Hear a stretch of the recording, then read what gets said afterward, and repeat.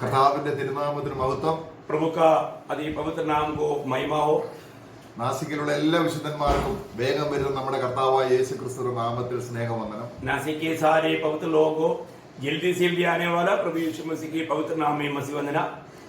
നമുക്ക് ഒരു ആഴ്ച കൂടെ കർത്താവ് പുനരുത്ഥാന ദിവസമായി കർത്താവിനെ ആരാധിപ്പാനും അവനെ മഹത്വപ്പെടുത്തുവാനും തന്നിരിക്കുകയാണ്. प्रभु ने हमें और एक दिन प्रभु का आराधना करने के लिए हमको दिया है. കർത്താവിന്റെ ആരാധനയോടുള്ള ബന്ധത്തിലുള്ള ഒരു ഭാഗമാണ് കർത്താവ് വേഗം വരുന്നു എന്നുള്ള ഒരു പ്രത്യാശ. प्रभु के आराधना का संबंध का एक बात है प्रभु जल्द आ रहा है करके एक बात. ക്രിസ്തീയ ആരാധനയിലുള്ള ഏറ്റവും മഹത്വം ഞാൻ ആരാധിച്ച എന്റെ കർത്താവ് വേഗം വരുന്നു. मसीह आराधना का सबसे बड़ा महत्व की बात क्या है कि जिसका मैंने आराधना किया वो जल्द आ रहा है. ആരാധനയ്ക്ക് പരിശുദ്ധാത്മാവ് സഹായമായിരിക്കുമ്പോൾ അങ്ങനെ തന്നെ സംഭവിക്കും. आराधना में पवित्र आत्मा हमारा मददगार होकर के जब आराधना करता है तो वैसा ही होगी. കർത്താവിനെ ആരാധിച്ച് നമ്മള് പ്രയാസത്തോടെ ദുഃഖത്തോടെ നമ്മൾ പോകേണ്ടതില്ല. हम प्रभु की आराधना करके दुख के साथ लौटने की जरूरत नहीं. നമ്മൾ വേദപുസ്തകത്തിന്റെ അവസാന പുസ്തകമായ വെളിപ്പാട് പുസ്തകം ആരംഭിക്കുന്നത് തന്നെ കർത്താവ് വരുന്നതിനോടുള്ള ബന്ധത്തിൽ ചിന്തിക്കുകയും പഠിപ്പിക്കുകയും ചെയ്യുന്ന ഒരു പ്രത്യേക അനുഗ്രഹമാണ്. अभी हम लोग प्रकाशित वाक्य की जो बाइबल का आखिरी किताब है वो जब पढ़ने के शुरुआत का अध्याय में ही प्रभु का आगमन का बारे में हम बात करना और उसके बारे में सोचना तक एक विशेष आशीष या आनंद की बात लेकर के लिखा है. അപ്പോൾ കർത്താവ് വരുന്നതിനോടുള്ള ബന്ധത്തിൽ നമ്മളെ വളരെ പ്രത്യാശിക്കുമാറാക്കുകയും കർത്താവ് ഇന്ന് വരും എന്ന് പ്രത്യാശിക്കുന്നു, വരുന്നില്ല. അപ്പോൾ അത് എന്താണ് കർത്താവ് അങ്ങനെ അതിന്റെ താമസിക്കുന്നത് കൊണ്ട് നമുക്കുണ്ടാകുന്ന നന്മ എന്താണ് എന്ന് നമുക്ക് ചിന്തിക്കാം. अभी हम लोग प्रभु अभी आएगा इस आशा में रहता है, परंतु प्रभु के आगमन में देरी क्यों होता है उसका बारे में आज हम थोड़ी समय विचार करेंगे. അപ്പൊ നമുക്ക് അതിലുള്ള ദൈവിക മർമ്മം നമ്മൾ ഗ്രഹിക്കുമ്പോൾ നമ്മൾ ഒരു ദിവസം പോലും ഒരു മിനിറ്റ് പോലും നമ്മൾ പാഴാക്കാതെ അവന്റെ വരവിനെ ഓർക്കുകയും ധ്യാനിക്കുകയും ചെയ്യും. अगर हम इस देरी होने का भेद को अगर हम जानेगा तो हमारे जिंदगी में मिला हुआ थोड़ा एक क्षण को भी हम नष्ट ना करते हुए प्रभु का महिमा के लिए हमारा हम इस्तेमाल करेगा. ഈ ലോകവും സാത്താൻ ഒരു പ്രത്യാശയുടേതായിരിക്കുന്ന കാര്യങ്ങൾ പറഞ്ഞ് മനുഷ്യരെ പ്രത്യാശിപ്പിച്ചിരിക്കുമാറാണ് ആക്കിയിരിക്കുകയാണ്. शैतान ये दुनिया की बातों में लोगों को उसकी मोहों में आशा में धोखा दे करके रखा हुआ है. അല്ല, ഇന്ന് പുതിയ ശാസ്ത്രം പറയുന്നത് ഒരു വ്യക്തിയുടെ ശരീര നിമിത്തമാണ് ആ വ്യക്തി മരിച്ചു പോകുന്നത്. അതുകൊണ്ട് മരണമില്ലാത്ത ശരീരം ശാസ്ത്രത്തിന് ഉണ്ടാക്കാൻ കഴിയും. आज साइंस बोलता है कि मनुष्य के शरीर के कमजोरी के कारण मनुष्य का मृत्यु होता है, इसलिए शरीर को और तंदुरुस्त बनाते हुए मृत्यु को पार कर पाएंगे करके साइंस बता रहा है. അത് വിശ്വാസിക്ക് കിട്ടാൻ പോകുന്ന അനുഗ്രഹിക്കപ്പെട്ട തേജസ്സിന് ശരീരത്തിന് കൗണ്ടറായിട്ട് സാത്താൻ ഒരുക്കുന്ന ഒരു തന്ത്രമാണ്. अभी ये जो प्रभु के लोगों को मिलने वाला महिमा का शरीर के बदले में शैतान तैयार करने वाला एक कुयुक्ति है. കർത്താവ് വന്ന് സഭയെ ഇവിടുന്ന് കൊണ്ടുപോകും എന്നുള്ളതിന് ബദലായി ചെയ്യുന്ന വേറൊരു തന്ത്രമാണ് ഇപ്പോൾ ചൊവ്വാഗ്രഹത്തിൽ പോയി താമസിക്കാം, അവിടേക്ക് സ്പേസ് ഷട്ടിൽ പോവുകയാണ്, അതിന് രജിസ്റ്റർ ചെയ്യണം, അങ്ങനെ രജിസ്റ്റർ ചെയ്യുന്നവർക്ക് പോകാം, അവിടെ നിത്യകാലം താമസിക്കാം. അത് വേറൊരു സാധാരണ കൗണ്ടറാണ്. अभी हम प्रभु का लोग प्रभु के आगमन में उड़ा लिया जाएंगे, महिमा के शरीर के साथ चले जाएगा. परंतु शैतान दुनिया को क्या आशा देता है, अभी हम मंगल ग्रह में जाएंगे, वहां पर जाकर के हम रह करके मानव एक अनोखा जीवन बिताएंगे. इस प्रकार का एक बदला का एक प्रकार का एक धोखा का एक वायदा दे करके आशा दे करके दुनिया को फंसा रहा है और उसके लिए भी लोगों को रजिस्टर करना है. എന്നാൽ കർത്താവിന്റെ വചനത്തിൽ കർത്താവ് നമുക്ക് തന്നിരിക്കുന്ന പ്രത്യാശയുടെ വാഗ്ദത്തങ്ങൾ ഫോഷ്കല്ല, അത് സത്യമാണ്. परंतु प्रभु की ओर से जो हमें मिला हुआ जो वचन और वायदा है वो झूठ नहीं, वो धोखा खाने वाला बात नहीं, वो सच्चाई है, सिर्फ सच्चाई है. അപ്പൊ കർത്താവിന്റെ വചനത്തിൽ നേരത്തെ പറഞ്ഞിട്ടുണ്ട്, പ്രവാചകന്മാരും അപ്പോസ്തലന്മാരും പറഞ്ഞ വചനം കർത്താവ് വരുന്നു എന്ന് പറഞ്ഞത് ഇന്ന് എന്തിയെ ഇത്രയും 2000 കൊല്ലമായിട്ട് എന്തുകൊണ്ട് കാണുന്നില്ല എന്ന് പറഞ്ഞ് പരിഹാസികൾ എഴുന്നേറ്റ് ഈ പ്രത്യാശയെ ചോദ്യം ചെയ്യുന്ന ഒരു കാലഘട്ടത്തിലാണ് നാം ആയിരിക്കുന്നത്. अभी हमें मालूम है प्रभु का वचन में दूसरा पत्रोस में लिखा है कि उसका 3रा अध्याय में ये भविष्यवक्ताओं के द्वारा और प्रेरितों के द्वारा प्रभु आ रहा है करके कहा तो अभी तक आया नहीं, क्यों नहीं आया? इस प्रकार का एक सवाल करने वाला एक पीढ़ी के बीच में आज हम जीवन बिताता है. വേദപുസ്തകം നമ്മൾ മരിക്കാൻ വേണ്ടി ഒരുങ്ങണമെന്ന് പറയുന്നില്ല. प्रियो हमें एक बात जानना, मानो परमेश्वर का वचन हमें मृत्यु की तैयारी में रहने के लिए नहीं कहता, കാരണം ഒരു വിശ്വാസിക്ക് മരണമില്ല. क्योंकि एक विश्वासी के लिए मृत्यु है ही नहीं. ഈ ഒരുങ്ങണം എന്ന് പറയുന്നത് കർത്താവിന്റെ വരവിനായി ഒരുങ്ങണമെന്നാണ്. मतलब ये जब तैयार रहना वो किस लिए है? प्रभु के आगमन के लिए तैयार रहना है. നമ്മൾ സദൃശവാക്യം 11 അധ്യായം 7 വാക്യം വായിക്കുമ്പോൾ जब नीति वचन 11 अध्याय का 7 वचन में जब हम पढ़ता है, नीति वचन 11 अध्याय उसका 7 वचन, प्रोवेर्ब्स चैप्टर 11 पेज 7. जब दुष्ट मरता तब उसकी आशा टूट जाती है और अधर्मी की आशा व्यर्थ होती है. നോക്കുക, ഒരു ലോക മനുഷ്യൻ ദുഷ്ടമനുഷ്യൻ മരിക്കുമ്പോൾ അവന് ഒരുപാട് ആശയുണ്ട്. देखिए, अब ये दुनिया का लोग जो पापी है, दुष्ट है, वे लोग मरने के समय में उनको बहुत आशा रहता है. ഇവിടെ ആശയില്ലാത്ത ഒരു മനുഷ്യനുമില്ല. ये दुनिया में रहते वक्त आशा रहित कोई भी नहीं. എന്നാൽ നമ്മളും അങ്ങനെ പാപികളായിരുന്നപ്പോൾ ലോകത്തോടുള്ള ബന്ധത്തിൽ ഒരുപാട് ആശ വെച്ചവരാണ്. हम लोग भी एक समय में पापों में जीवन बिताने के समय में भी हम बहुत बातों में आशा किया था. ആ ആശയെ പറയുന്നത് മരണത്തിന്റെ ആശ എന്നാണ്. मतलब उन आशा के बारे में क्या कहता है? मृत्यु की आशा. ആ ആശ മരണത്തോടുള്ള ഉടമ്പടിയാണ്. वो आशा मृत्यु के साथ का वाचा है. എന്നാൽ ഒരു വിശ്വാസി കർത്താവിലേക്ക് വരുമ്പോൾ അവന് ദൈവം കൊടുക്കുന്ന ആശ ജീവനുള്ള പ്രത്യാശ. परंतु जब एक व्यक्ति प्रभु यीशु मसीह के पास आता है, उस समय में यीशु मसीह की ओर से उसको जो मिलता है वो जीवित आशा है. അപ്പോൾ കർത്താവായ യേശു ക്രിസ്തു വരുന്നു എന്നുള്ളത് കർത്താവ് വരാൻ താമസിച്ചാലും ഞാൻ ഇന്നത് ഓർത്താൽ അതിന് ദൈവം പ്രതിഫലം തരുന്നത് ദൈവത്തിന്റെ നീതിയാണ്. प्रियो, अगर हम प्रभु का वायदा के अनुसार प्रभु आ रहा है, उस आशा करके उसको हम याद करता है, वो याद करने वाला लोगों को मिलने वाला बात ही धार्मिकता है. നമുക്കറിയാം, ഒരു ഗ്ലാസ് വെള്ളം കുടിക്കാൻ കർത്താവിന്റെ നാമത്തിൽ കുടിക്കാൻ കൊടുക്കുന്നതിന് പോലും പ്രതിഫലമുണ്ട്. हमें मालूम है, प्रभु यीशु मसीह ने ये बात सिखाया कि प्रभु के नाम से आने वाले व्यक्ति को एक गिलास पानी भी पिलाएगा तो वो प्रतिफल पाते बिना नहीं रहेगा. നമ്മൾ വിശ്വാസികൾക്ക് ആഹാരം കൊടുക്കുന്നതിനുള്ള ബന്ധത്തിലും അവർക്ക് വേണ്ടി സഭയോടുള്ള ബന്ധത്തിലുള്ള ഏത് കഷ്ടതയ്ക്കും ഏത് ചെറിയ കാര്യത്തിന് പോലും കർത്താവ് പ്രതിഫലം തരും. मतलब विश्वासियों के संबंध में जो भी हम तकलीफ होता है, भोजन देता है, मतलब कुछ भी उनका भवनाई करता है, उन सारे बातों को प्रभु प्रतिफल देगा. അപ്പോൾ പുതിയ നിയമത്തിൽ അപ്പോസ്തലനായ പൗലോസിന്റെ ഏറ്റവും ഭയങ്കര ഒരു പ്രത്യാശ എന്ന് പറയുന്നത് അദ്ദേഹം കർത്താവിന്റെ വരവിനെ അങ്ങ് സ്നേഹിച്ചു. नया नियम में प्रेषित पौलुस का जीवन का एक बहुत बड़ा खूबी क्या है कि प्रभु की आगमन से वो बहुत प्रीति रखता था. നമുക്കൊരു വാക്യം വായിക്കാം, അതായത് 2 തീമോഥെയോസ് 4 അധ്യായം हम एक वचन पढ़ेंगे, दूसरा तिमोथी 4 अध्याय അതിന്റെ 8 വാക്യം, उसका 8वां वचन. दूसरा तिमोथी 4 अध्याय का 8 वचन. भविष्य में मेरे लिए धर्म का वो मुकुट रखा हुआ है. ഇവിടെ ഒരു കാര്യം പ്രത്യേകം പറയുന്നുണ്ട്. यहाँ पर उड़ाकर एक बात कहता है, നീതിയുടെ കിരീടം. मेरे लिए धार्मिकता का मुकुट. ഈ നീതിയുടെ കിരീടം എന്താണ്? ये धार्मिकता का मुकुट क्या है? ആത്മാക്കളെ നേടുന്നതിനുള്ള ബന്ധത്തിൽ കിരീടം വേറെയാണ്. आत्माओं को जीतने का मुकुट अलग है.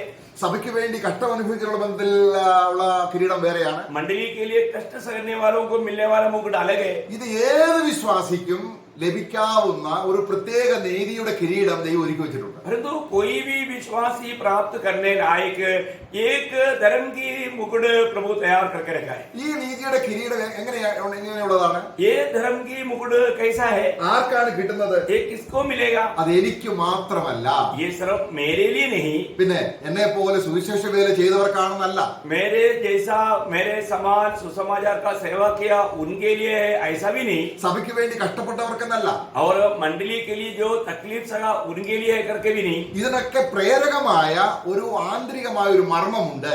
इन सारे बातों को कार्य करने के पीछे अंदर में प्रेरणा मिलने वाला एक बात है. യേശു ക്രിസ്തുവിന്റെ പ്രത്യക്ഷതയെ സ്നേഹിച്ചവർക്ക്. अभी यहाँ हमारा वो शब्द बहुत ध्यान से देखना कि जो प्रभु यीशु मसीह की आगमन की बाट जो होने वाला, उसकी प्रतीक्षा करने वाला, उसकी आशा रखने वाला लोगों को കർത്താവ് ഇനി 2000 കൊല്ലം കഴിഞ്ഞിട്ട് വരട്ടെ, अभी आगे और भी 2000 साल के बाद में प्रभु आए, എന്ന എന്നോടുള്ള വചനം परंतु जो मेरे लिए प्रभु का वचन ഇന്ന് വരുന്നു. आज आ रहा है, ആ വാഗ്ദാനത്തെ ഞാൻ സ്നേഹിക്കുന്നു. और उस प्रभु के वायदा को मैं प्यार करता हूँ. ഞാൻ കർത്താവിനെ ആ വചനം നിമിത്തം ഞാൻ അങ്ങനെ സ്നേഹിക്കുന്നു. मैं उस वायदे के कारण प्रभु से प्रेम करता है. കർത്താവെ, നിന്റെ വചനത്തിൽ ഫോഷ്കില്ല. प्रभु आपके वचन में झूठ नहीं. ഈ ഒരു ആശയ്ക്ക് इस आशा के कारण ദൈവം നമുക്ക് നീതിയുള്ളവനായിരിക്കും. प्रभु हमारे लिए धर्मी बना रहेगा. അതാണ് നമ്മൾ അവിടെ പൗലോസിന്റെ പ്രത്യാശ. അതാണ് यही तो आशा प्रेषित पौलुस का हम देखता है वहां पर. ഈ ആശ കൊണ്ട് താൻ കഷ്ടം അനുഭവിച്ചതിന് വേറെ പ്രതിഫലമുണ്ട്. അത് ബോണസ് ആയിട്ട് കിട്ടും. अभी प्रभु के लिए मानो प्रेषित पौलुस ने कष्ट सगा वो तो अलग प्रतिफल है, वो तो बोनस के रूप में उसको मिलेगा ही। നമുക്കവിടെ തെസ്സലോനിക്ക ലേഖനത്തിൽ നമ്മൾ വായിക്കുമ്പോൾ जब हम थेसलोनिका मंडली के पत्र में जब पढ़ता है, കർത്താവ് തന്റെ ശക്തിയുള്ള ദൂതന്മാരുമായി വരുന്നതിനുള്ള ബന്ധത്തിൽ പൗലോസ് ഈ കാര്യം പറയുന്നുണ്ട്. जब पहला थेसलोनिका 4 अध्याय में प्रभु अपना सामर्थशाली दूतों के साथ आगमन के बारे में पौलुस कहता है। അതിന്റെ 2 തെസ്സലോനിക്ക 1 അധ്യായത്തിന്റെ 8 വാക്യം. अच्छा, दूसरा थेसलोनिका उसका पहला अध्याय का 8 वचन, दूसरा थेसलोनिका उसका पहला अध्याय का 8 वचन। और जो परमेश्वर को नहीं पहचानते और हमारे प्रभु यीशु मसीह के सुसमाचार को नहीं मानते उनसे पलटा लेगा। 7 का आखिरी। ഓക്കേ. उस समय जबकि प्रभु यीशु अपने सामर्थ्य दूतों के साथ धधकती हुई आग में स्वर्ग से प्रकट होगा। തന്നെ- അവിടെ തന്നെ കാത്തിരിക്കുന്നവർക്ക് പ്രതിഫലം കൊടുക്കുന്നത് നീതിയല്ലോ. जो उसकी बाट जोने वालों को प्रतिफल देना ये परमेश्वर की धार्मिकता है। ആ, അതായത് സുവിശേഷം അനുസരിക്കാത്തവർക്ക് അല്ലെങ്കിൽ ഈ സുവിശേഷം കൊണ്ട് പ്രത്യാശയില്ലാത്തവർക്ക് പ്രതികാരം കൊടുക്കുന്നു. जब सुसमाचार के प्रति जो व्यक्ति उसको नहीं मानते थे, उसकी आशा नहीं रखते थे, प्रभु उससे पलटा लेगा। ആ, അതേസമയം സുവിശേഷം കൊണ്ട് പ്രത്യാശ വെച്ചവർക്ക് പ്രതിഫലം കൊടുക്കുന്നു. परंतु सुसमाचार के प्रति आशा रखा हुआ लोगों को प्रभु प्रतिफल देता है। രണ്ട് നീതിയാണെന്ന് പറയുന്നത്. ये दोनों बात धर्म की बात है करके कहता है। എന്താ അതിന്റെ അർത്ഥം? उसका अर्थ क्या है? നമ്മൾ സുവിശേഷം കൊണ്ട് രക്ഷിക്കപ്പെട്ടു എങ്കിൽ തന്നെയും ആ വിശ്വാസത്താലുള്ള നീതിയെ പൗലോസ് പറയുന്നുണ്ട്. ഫിലിപ്പ് ലേഖനം 3:10 പറയുന്നുണ്ട്, എന്റെ ന്യായപ്രമാണത്തിന്റെ പ്രവൃത്തിയുള്ള നീതിയല്ല, യേശുവിലുള്ള വിശ്വാസത്താൽ കിട്ടുന്ന സൗജന്യമായി കിട്ടുന്ന നീതി തന്നെ. अभी यहाँ पर एक बात जानना है कि हमें प्रभु यीशु मसीह के द्वारा उद्धार मिला, परंतु हम विश्वास करके जो प्रभु से हमें मिलता है वो विश्वास वो धर्म की बात गिना जाता है। जबकि हम रोमियों के पत्री उसका 3रा अध्याय उसका 10 वचन में हम पढ़ता है, रोमियों के पत्री उसका 3रा अध्याय का 10 वचन। जैसा लिखा है, कोई धर्मी नहीं, एक भी नहीं। फिलिपियो मुंडे फिलिपियो 3:10 फिलिपियों के पत्री 3रा अध्याय का 10 वचन। हिंदी में 9 है, हिंदी में 9। फिलिपियों 3रा अध्याय का 10 वचन।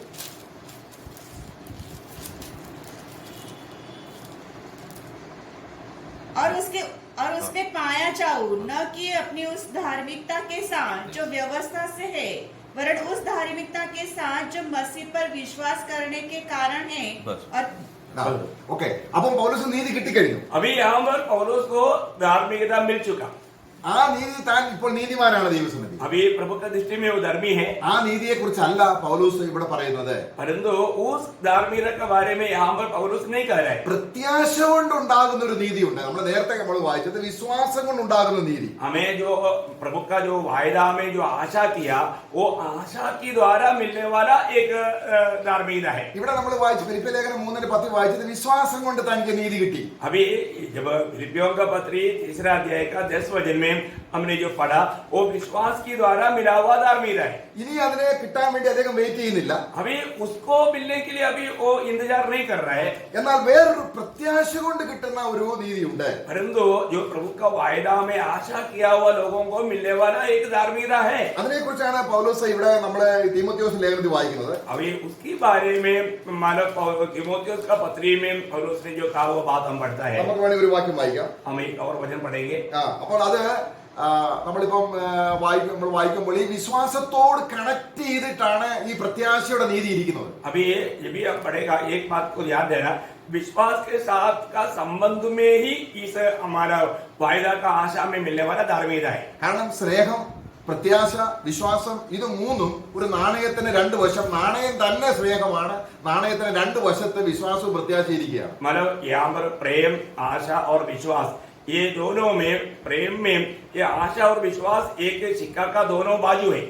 അപ്പൊ നമ്മള് റോമലേഖനം 3-ാം അധ്യായം 10-ാം അധ്യായത്തിൽ 10-ാം വാക്യത്തിൽ വായിക്കുന്നതിൽ നിന്ന് വ്യത്യസ്തമായ ഒരു നീതിയെ കുറിച്ച് നമ്മൾ ഗലാത്യ ലേഖനം 5-ാം അധ്യായം അതിന്റെ 5-ാം വാക്യത്തിൽ വായിക്കുന്നുണ്ട്. हाँ, अभी हमने जो फिलिपियों का पत्री में 3रा अध्याय का 10 वचन पढ़ा था, उसके बदले में और एक वचन ഗലാത്യ 5-ന്റെ 5. गलातियों 5 का 5 में हम पढ़ता है। क्योंकि आत्मा के कारण हम विश्वास से आशा की हुई धार्मिकता की बाट जोते हैं। നോക്കുക, ആത്മാവിൽ ഞങ്ങൾ കാത്തിരിക്കുകയാണ്. ഏതാ? आत्मा में हम इंतजार में है। क्या बात? അത് ഫിലിപ്പി ലേഖനം 3:10 കാര്യമല്ല. अभी ये बात फिलिपियों 3:10 नहीं। താൻ വിശ്വാസത്തിൽ വന്ന് വിശ്വാസത്തിലുള്ള നീതി ലഭിച്ചതിന് ശേഷം പരിശുദ്ധാത്മാവിൽ പ്രത്യാശയോടെ കാത്തിരിക്കുന്ന ഒരു നീതി. ആ കാത്തിരിക്കുന്നതിനെയാണ് ദൈവം നീതിയായി തന്റെ വിശുദ്ധന്മാർ വെളിപ്പെടുമ്പോൾ ആ നീതിക്ക് പ്രതിഫലം കൊടുക്കും. मतलब विश्वास के द्वारा धार्मिकता मिला, परंतु प्रभु का वायदा के अनुसार का जो आशा में जो धार्मिकता है, उस आशा में धार्मिकता पाकर के इंतजार में रहने वाले लोगों को प्रभु उस दिन प्रतिफल देगा. ആ പ്രത്യാശ കർത്താവ് അതാണ് നമ്മൾ ഇപ്പൊ നേരത്തെ വായിച്ചത്. നമ്മൾ ആ 2 തീമോഥെയോസ് 4:8 വാക്യത്തിലേക്കാണ് വരേണ്ടത്. ആ വാക്യം ഒന്ന് മനസ്സിലാക്കാൻ വേണ്ടിയാണ് ഈ വാക്യങ്ങളിലേക്ക് പോയത്. ये बात को हम लोग 2 तीमोथी 4:8 में पढ़ता है, वो बात को और आपको गहराई में समझाने के लिए हम इन वचनों में गए. അപ്പൊ ഗലാത്യ ലേഖനം 5:5 പറഞ്ഞ ഇവിടെ നമ്മള് വീണ്ടും നമുക്ക് 2 തീമോഥെയോസ് 4:8 വരാം. अभी हम वापस 2 तीमोथी 4:8 पढ़ेंगे. അവിടെ 4:8 4:8 हाँ 4 का 2 तीमोथी അവിടെ ഒരു പ്രത്യേക പദമുണ്ട്, ആ ദിവസം, that day. और वहां पर एक विशेष पद है, वो दिन, वह दिन. ആ ദിനം ഏതാണ്? वो दिन कौन सा है? കർത്താവിന്റെ പ്രത്യാശയ്ക്ക് വേണ്ടി കാത്തിരുന്ന വിശുദ്ധന്മാർ കർത്താവിനെ കണ്ടുമുട്ടുന്ന ആ ദിവസത്തെ കുറിച്ചാണ് ഈ ആ ദിവസം എന്ന് പറയുന്നത്. वो दिन वो है जिस दिन के बारे में पवित्र लोग आशा करके रहते थे, उस दिन के बारे में यहाँ पर कहता है. അപ്പോൾ ആ ദിവസം എന്ന് പറയുന്നത് പൗലോസിനെ സംബന്ധിച്ചിടത്തോളം ഭയങ്കര ആനന്ദത്തിന്റെ ദിവസമാണ്. और वो दिन, उस दिन जो है पौलुस के संबंध में कहेगा तो बहुत बड़ा आनंद का दिन है. കാരണം പൗലോസിനെ പോലുള്ള അപ്പോസ്തലന്മാർ കിട്ടുന്ന പ്രത്യേക കിരീടങ്ങളുണ്ട്. ആ കിരീടത്തെ കുറിച്ചല്ല, എല്ലാവർക്കും കിട്ടുന്ന ആ കിരീടത്തിൽ താൻ സന്തോഷം. അത് യേശു കർത്താവിന്റെ 2ാമത്തെ വരവിനെ ഞാൻ പ്രത്യാശിച്ചത് കൊണ്ട് ദൈവം എനിക്ക് നീതിയോടെ കിട്ടിത്തരുന്ന ഒരു കിരീടമാണ് നീതിയുടെ കിരീടം. अभी यहाँ पर पौलुस को सभी लोगों को मिलने वाला मुकुट है, और तो उससे बढ़ करके प्रभु यीशु मसीह की आगमन में आशा किया हुआ सबको मिलने वाला एक मुकुट है, एक धर्म की मुकुट. ഒരു കിരീടവും ഇല്ലെങ്കിൽ നമുക്ക് സിംഹാസനം കിട്ടുന്ന എങ്ങനെ? अगर एक भी मुकुट नहीं है तो हमें हमारा सिंहासन कैसे मिलेगा? നമ്മള് രാജാക്കന്മാരെ ഇരിക്കാൻ പോവുകയാണ്. हम लोग राजा होकर के हम बैठने जा रहे हैं. ഒരു കിരീടവും വേണ്ടേ? अभी राजा का सिर पर एक तो मुकुट कम से कम चाहिए ना. അപ്പൊ നമ്മൾ ആരാധനയോടുള്ള ബന്ധത്തിൽ എന്റെ കർത്താവ് വരുന്നു എന്നുള്ള ഒരു യഥാർത്ഥമായ പ്രത്യാശ നിവൃത്തിയെ നാം ആശയോടെ കാത്തിരിക്കുമ്പോൾ ദൈവം അത് നമുക്ക് പ്രതിഫലമായി ആ ദിവസം തരും. अभी हम आराधना का संबंध में भी हमारे प्रभु के आगमन की बाट जोते हुए उस आशा के साथ हम प्रभु की महिमा कर रहे हैं, तो प्रभु उस दिन हमें भी वो मुकुट देगा. കാരണം ആ കർത്താവിന്റെ വരവിനെ ഞാനങ്ങ് സ്നേഹിക്കുകയാണ്. क्योंकि हम प्रभु के आगमन से हम प्रेम करते हैं. അങ്ങനെ സ്നേഹിക്കുന്നവർക്ക് കിട്ടുന്ന ഒരു പ്രത്യേക പ്രതിഫലമാണ് എന്ത്? നീതിയുടെ കിരീടം. ऐसा प्रभु का आगमन से प्रेम करने वाला लोगों को मिलने वाला एक मुकुट है, ये धर्म की मुकुट. നമ്മൾ എഫെസ്യ ലേഖനത്തിൽ വായിക്കുന്നത് കർത്താവിനെ അക്ഷയമായി സ്നേഹിക്കുന്ന ഏവരോടും കൂടെ കൃപയിരിക്കട്ടെ. ഒരു പ്രത്യേക കൃപ തന്റെ വരവിന് വേണ്ടി കാത്തിരിക്കുന്നവർക്ക് വേണ്ടിയുണ്ട്. जब हम एफेसियों 6:24 में पढ़ता है, जो मतलब बिना कमजोर होते हुए प्रभु के आगमन की बाट जो हो रहा है, अनुग्रह उनके साथ हो. അതാണ് നമ്മൾ വെളിപ്പാട് പുസ്തകം വായിക്കുന്നവരും പഠിപ്പിക്കുന്നവരും. കാരണം വേഗം സംഭവിക്കാൻ പോകുന്ന വിഷയങ്ങൾ പഠിക്കുകയും അതിനെ കാത്തിരിക്കുകയും ചെയ്യുന്നവർക്ക് ഒരു പ്രത്യേക അനുഗ്രഹമുണ്ട്. इसलिए हम आखिरी किताब प्रकाशित वाक्य 5 अध्याय का 3 वचन में पढ़ता है कि ये पढ़कर सुनाने वाला और सुनने वाला और उसको मानने वाला धन्य लोग है. इसका मतलब क्या है कि इस प्रकार का प्रभु के आगमन की बाट जो होने वाले लोग एकदम आशीषित लोग हैं, उनके लिए कुछ विशेष तोहफा है. നമുക്ക് വളരെ ഈസി ആയിട്ട് നമുക്ക് ലഭിക്കാവുന്ന ഒരു കാര്യമാണ് ഈ നീതിയുടെ കിരീടം. प्रियो, हम लोगों को बहुत आसानी तरीका में मिलने वाला एक मुकुट है, ये धर्म का मुकुट. നമ്മുടെ ആരാധന ശരിയാണെങ്കിൽ, ആത്മാവിലാണെങ്കിൽ തീർച്ചയായിട്ടും ആ കിരീടം നമുക്കുണ്ട്. കാരണം ആരാധനയോട് ബന്ധപ്പെട്ട് നമ്മൾ പ്രത്യാശ വയ്ക്കുന്നവരാണ്. आज अगर हमारी आराधना सच्चा दिल से और सच्चा रीति में प्रभु के उस व्यवस्था के अनुसार आत्मा में है, तो जरूर उनको वो मुकुट मिलेगा. എന്നാൽ ആർക്കാണ് ഈ കിരീടം നഷ്ടപ്പെടുന്നത്? परंतु किसको ये मुकुट नष्ट होगा? നമുക്ക് മത്തായിയുടെ സുവിശേഷം 24 अध्याയം, जब मत्ती के सुसमाचार 24 अध्याय, मत्ती उसका 24 अध्याय, അവിടെ കർത്താവ് ഒരു ദൃഷ്ടാന്തം പറയുകയാണ്. वहां पर प्रभु यीशु मसीह ने एक दृष्टांत कहा. അതിന്റെ 48 വാക്യം ഒന്ന് വായിക്കാം. നമുക്ക് മുകളിലുള്ള ഭാഗങ്ങൾ അറിയാം. उसका 48 वचन पढ़ेंगे. परंतु यदि वह दुष्ट दास सोचने लगे कि मेरे स्वामी के आने में देर है और अपने साथी दासों को पीटने लगे और पियोड़ के साथ खाए पिए। ഓക്കെ ഓക്കെ, ഇവിടെ ഈ ഒരു കർത്താവിന്റെ ദാസനാണ്. यहाँ पर भी एक प्रभु का दास है. ഇത് പറഞ്ഞ് നമ്മൾ ഈ സുവിശേഷ ബലിക്ക് വേണ്ടി വേർതിരിഞ്ഞവരെന്നല്ല, എല്ലാ ദൈവമക്കളും ദൈവദാസന്മാരാണ്. इसका मतलब क्या है कि सिर्फ समाचार के लिए अलग हुआ प्रभु का दासों के बारे में नहीं, उलाट पाया हुआ हर एक लोग प्रभु का दास लोग है. അവിടെ കർത്താവ് 42 വാക്യത്തിൽ പറയുകയാണ്, वे आमर उसका 42 वचन में कहता है, നിങ്ങളുടെ കർത്താവ് ഏത് ദിവസം വരുന്നു എന്ന് നിങ്ങൾ അറിയുന്നില്ല. तुम्हारा स्वामी कब कौन सा दिन आएगा तुम नहीं जानते. ഇവിടുത്തെ നമ്മൾ ഒരു പ്രത്യേക നിലയിലുള്ള വഞ്ചന ഇവിടെ നമ്മൾ കാണാം. यहाँ पर एक विशेष प्रकार का धोखा की बात यहाँ पर हम देखते हैं. ഇവിടെ കർത്താവ് പറയാണ്, ഞാൻ വരുന്നത് നിങ്ങൾ അറിയുന്നില്ല. यहाँ पर प्रभु कहता है कि मेरा आगमन का दिन तुम लोग नहीं जानता. പക്ഷെ ഈ ദാസൻ എന്ത് ചെയ്തു? अरे ये दास ने क्या किया? എനിക്കറിയാം, मुझे मालूम है കർത്താവ് വരുന്നില്ല. अभी प्रभु जल्दी नहीं आएगा. നോക്കുക, വഞ്ചന കണ്ടോ? अभी देखिए कहाँ पर धोखा कर रहा है. അവൻ ദാസൻ പറയാണ്, वो अपने मन में ये कह रहा है, എനിക്കറിയാം मुझे मालूम है കർത്താവ് ഇപ്പം വരത്തില്ല. अभी प्रभु जल्दी नहीं आएगा. അപ്പൊ ആ അറിവ് എന്ത് ചെയ്യുന്നു? और वो जो ज्ञान है वो उसके जीवन में क्या काम करता है? ഒരു ദുഷ്ടപരമായ ജീവിതം, ലോകത്തോട് ചേർന്ന് പോകാനുള്ള, അല്ലെങ്കിൽ ആ കിരീടം നഷ്ടമാക്കുന്ന, പ്രത്യാശയില്ലാത്തവനായി തീരാൻ ഇടയാക്കുന്നത് ഇപ്പൊ കർത്താവ് വരുത്തില്ല എന്ന് ഹൃദയത്തിൽ തന്നോട് തന്നെ ഒരു വ്യക്തി പറയുന്നുണ്ടെങ്കിൽ തീർച്ചയായിട്ടും അവൻ അപകടസ്ഥിതിയിലാണ്. इस प्रकार का विचार, इस प्रकार का भावना वो व्यक्ति के जीवन में क्या होता? वो व्यक्ति के जीवन में बहुत बड़ा धोखा लाएगा, क्योंकि मतलब वो व्यक्ति एक दुर्घटना का दिशा में है, क्योंकि उसको क्या है, अभी भी वक्त है, समय है बोल करके वो तैयारी में नहीं रहेगा. എങ്ങനെയാണ് നമ്മുടെ ഹൃദയത്തിൽ അങ്ങനെ ഇന്ന് കർത്താവ് വരുത്തില്ല. हमारा दिल में अगर हम सोचेगा आज प्रभु नहीं आएगा, കാരണം കർത്താവിനെ ആരാധിച്ചുള്ള ബന്ധത്തിൽ വരവിന്റെ കാര്യം നമ്മൾ ഓർത്തയില്ല. കാരണം എങ്ങനെയെങ്കിലും ഈ കാര്യം കഴിഞ്ഞിട്ട് നമ്മുടെ ഹൃദയത്തിലെ ചില കാര്യങ്ങൾ ചെയ്യണം.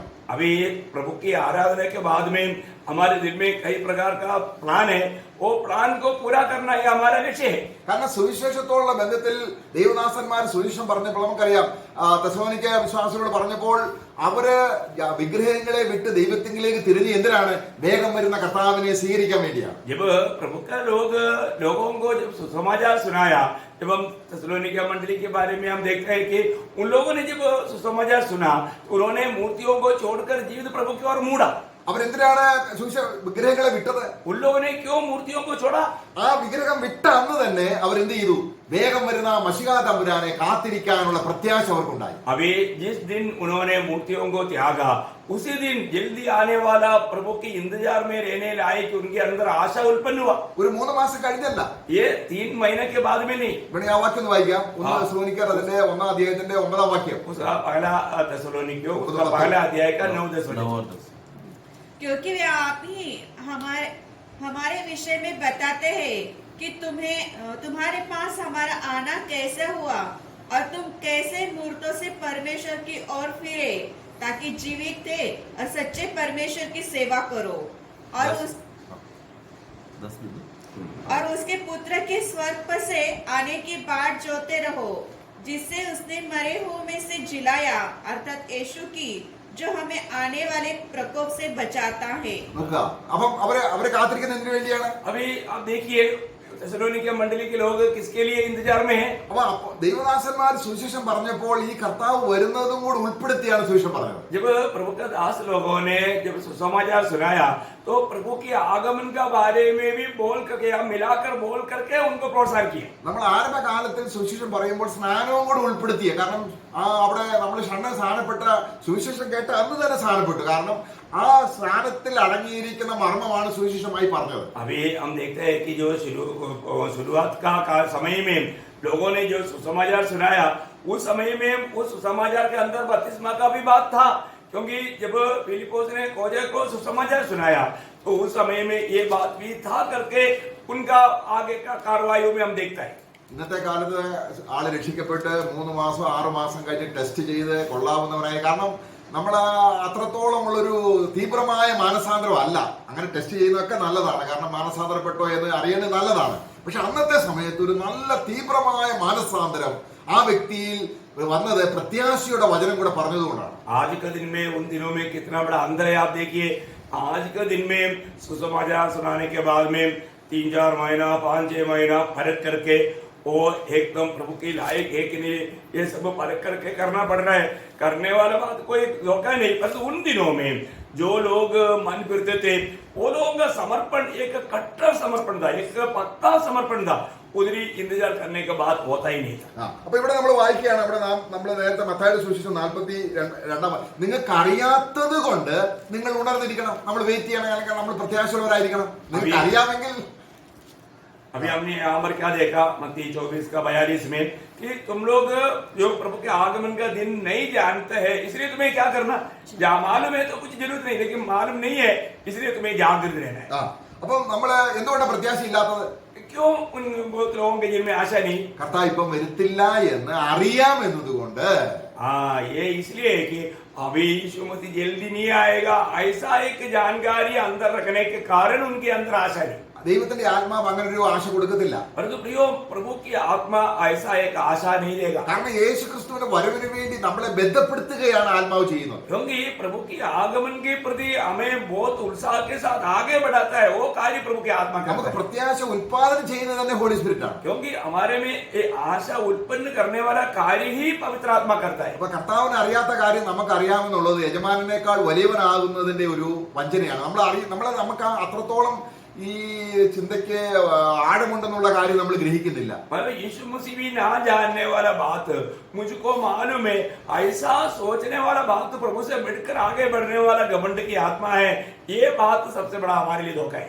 അതുകൊണ്ട് കർത്താവ് പറയുകയാണ്, നിങ്ങൾക്ക് ഞാൻ വരുന്നത് അറിയാത്തതുകൊണ്ട് നിങ്ങൾ എല്ലാ ദിവസവും എന്ത് ചെയ്യണം, ഞാൻ വരുന്നു എന്നുള്ള പ്രത്യാശ ജീവിക്കണം. इसलिए हम लोगों ने अभी जो पढ़ा मत्ती 24:42 में कि तुम लोग मेरे आगमन का दिन नहीं जानता, इसलिए तुम लोग क्या करना, हमेशा जागते रहना। അങ്ങനെ കാത്തിരുന്നാൽ उसी प्रकार आप इंतजार में जागते हुए अवस्था में रहेगा तो അതിന്റെ മിനിറ്റുകളും ഹവറും കണക്ക് കൂട്ടിയിട്ട് उसका घंटा और मिनट को हिसाब करके നമുക്ക് പ്രതിഫലം തരാൻ ദൈവം നീതിമാനാണ്. हम लोगों को प्रतिफल देने के लिए प्रभु धर्मी है। ആ നീതിയാണ് എന്റെ നീതിയുടെ കിരീടം.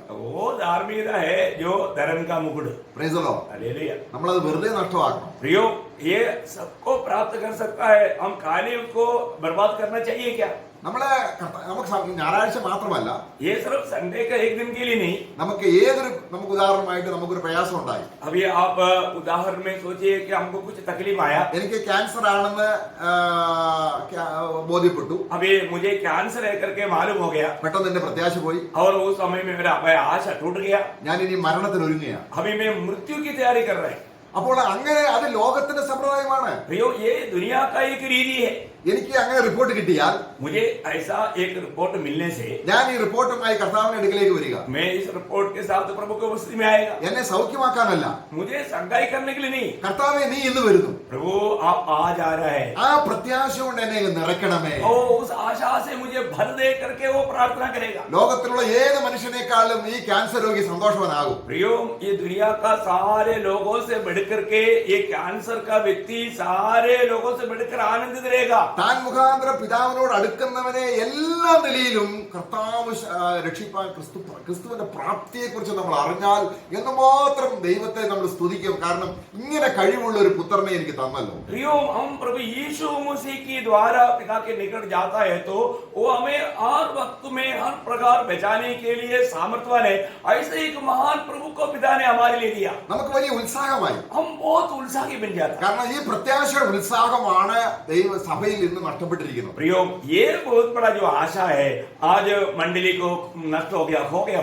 അപ്പം ഇവിടെ കർത്താവ് ഒരു വലിയ സത്യം പറയുകയാണ്. अभी यहाँ पर प्रभु एक बहुत बड़ा सच्चाई बोलता है, ഒരു എത്ര വിശ്വസ്തനായ ദൈവദാസനാണെങ്കിലും इतना भी विश्वास योग्य प्रभु का दास क्यों ना हो, തന്റെ ആരംഭത്തിൽ വളരെ ശൂരത കാണിച്ചാലും वो अपनी शुरुआत में बहुत अच्छा नमूना दिखाया। താന് ജീവിതാന്ത്യത്തോട് വരുമ്പോൾ പ്രത്യാശ നഷ്ടപ്പെട്ടിട്ട് പിന്നീട് ലോകത്തിലെ കാര്യങ്ങളാകുമ്പോൾ ആ മാതൃക നമ്മൾ സ്വീകരിക്കരുത്. प्रियो अगर वो आखिरी समय में ये आशा नष्ट होकर के दुनिया की बातों में जाएगा तो ऐसा लोगों के आदर्श को हमें नहीं अपनाना। അപ്പോൾ കർത്താവ് വരുന്നാൻ താമസിക്കുന്നു എന്ന ചിന്ത കർത്താവ് സാത്താൻ നമ്മളെ ഹൃദയത്തിൽ തരും. इसका मतलब शैतान प्रभु का आगमन में देरी होगा करके विचार शैतान हमारा मन में डालेगा। മത്തായി സുവിശേഷം 24 യുദ്ധങ്ങളും യുദ്ധശ്രുതികളും അതൊക്കെ നമ്മൾ പറയുന്നെങ്കിലും അങ്ങനെയുള്ള ലക്ഷ്യങ്ങളൊക്കെ ക്രിസ്തുവിന്റെ യഹൂദന്മാരെ യഥാസ്ഥാനപ്പെടുത്താൻ വരുന്ന വരവിനോടുള്ള ബന്ധത്തിലുള്ള സൈനാണ് പറയുന്നത്. मानो जब मत्ती 24 अध्याय में हम लड़ाई के बारे में उसका मानो चर्चा वाला सुनेगा, वहां का जो भी बात है वो इसराइल के संबंध में कहा हुआ प्रभु का प्रकट आगमन का चेतावनियों का बात है. നമ്മളോടുള്ള ബന്ധത്തിൽ കർത്താവ് തന്നിരിക്കുന്നത് ഏത് സമയം ഇതൊന്നും അല്ല നമ്മുടെ അടയാളം നമുക്ക് പരിശുദ്ധാത്മാവിനെ തന്നു. കാരണം പ്രത്യാശ ഉൽപ്പാദിപ്പിക്കുന്ന നമ്മുടെ ശരീരത്തിന് വീണ്ടെടുപ്പിന് വേണ്ടി നമുക്ക് ലഭിച്ച ആത്മാവിനാൽ നമ്മളങ്ങ് എന്ത് ചെയ്യാണ്, നമ്മൾ ഗ്രോണിങ് ചെയ്യുന്നു, നമ്മളങ്ങ് പ്രത്യാശ വെക്കുകയാണ്.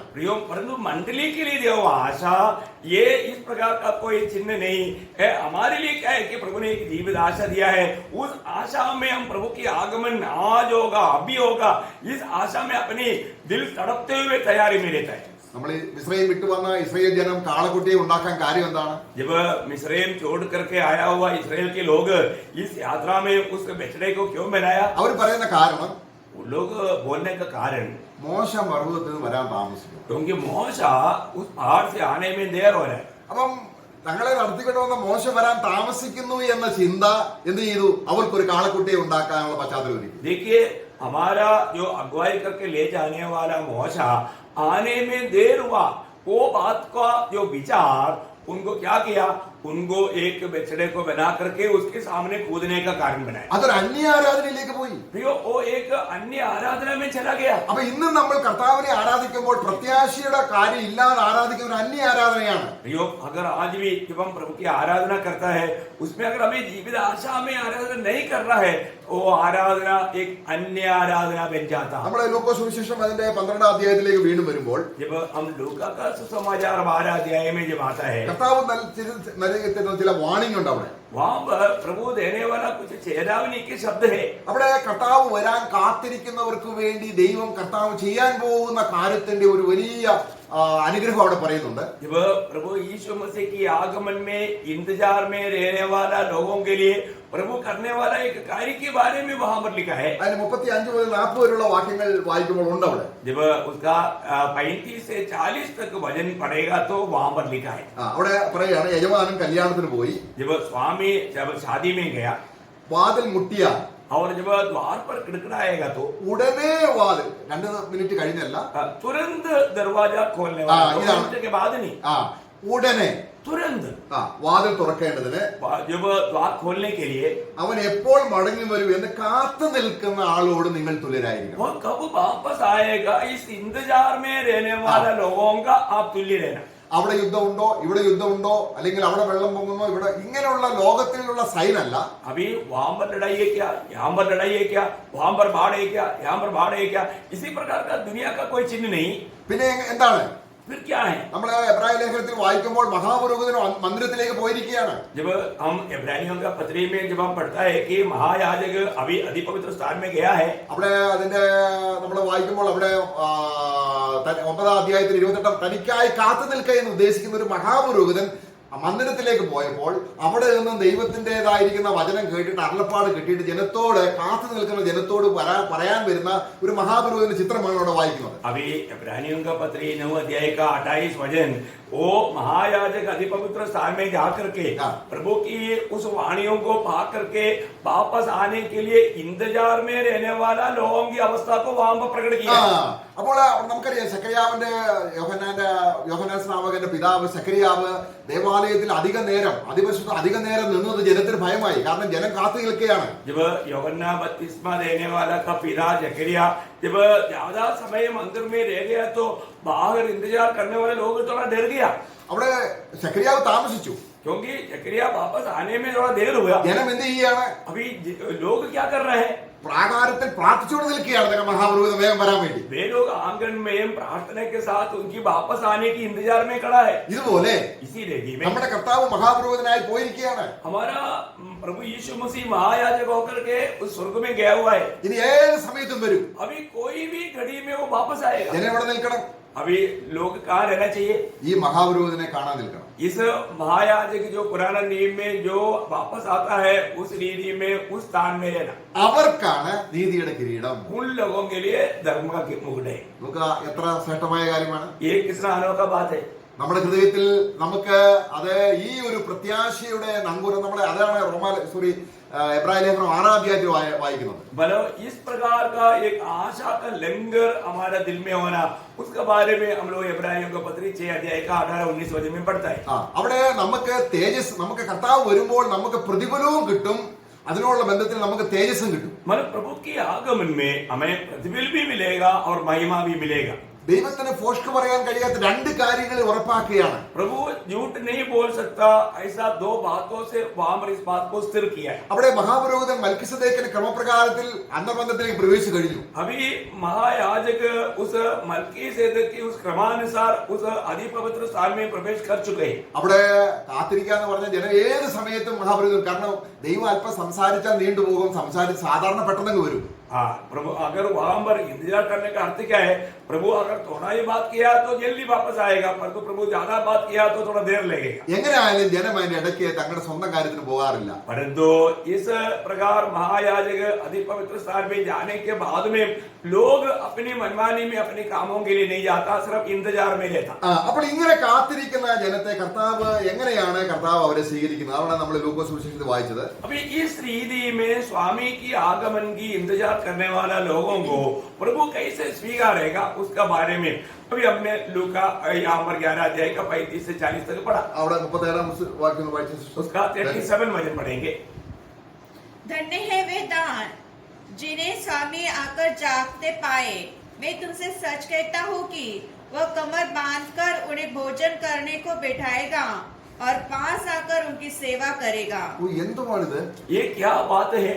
ഇവിടെ യജമാനൻ തന്നെ എന്ത് ചെയ്യുന്നു? अभी स्वामी यहाँ पर खुद क्या कर रहा है? അരകെട്ടി वो कमर का कसकर അവർക്ക് ശുശ്രൂഷ ചെയ്യുന്നു. और उनका सेवा करता. മുകളിൽ നമ്മളോട് 35-ാം വാക്യം പറയുന്നത്, उसका 35 वचन कहता है, നിങ്ങൾ അരകെട്ടി വിളക്ക് കത്തി. ഈ വിളക്ക് കത്തിയിരിക്കുക എന്ന് പറഞ്ഞാൽ കർത്താവ് വരുന്നു എന്നുള്ള പ്രത്യാശയാണ്. बोलने का अर्थ यहाँ पर बोलता है कि प्रभु के आगमन के बाद जो आने वाले लोगों का अवस्था कैसे होना चाहिए, तुम्हारा कमर कसकर और दिया जलते रहना.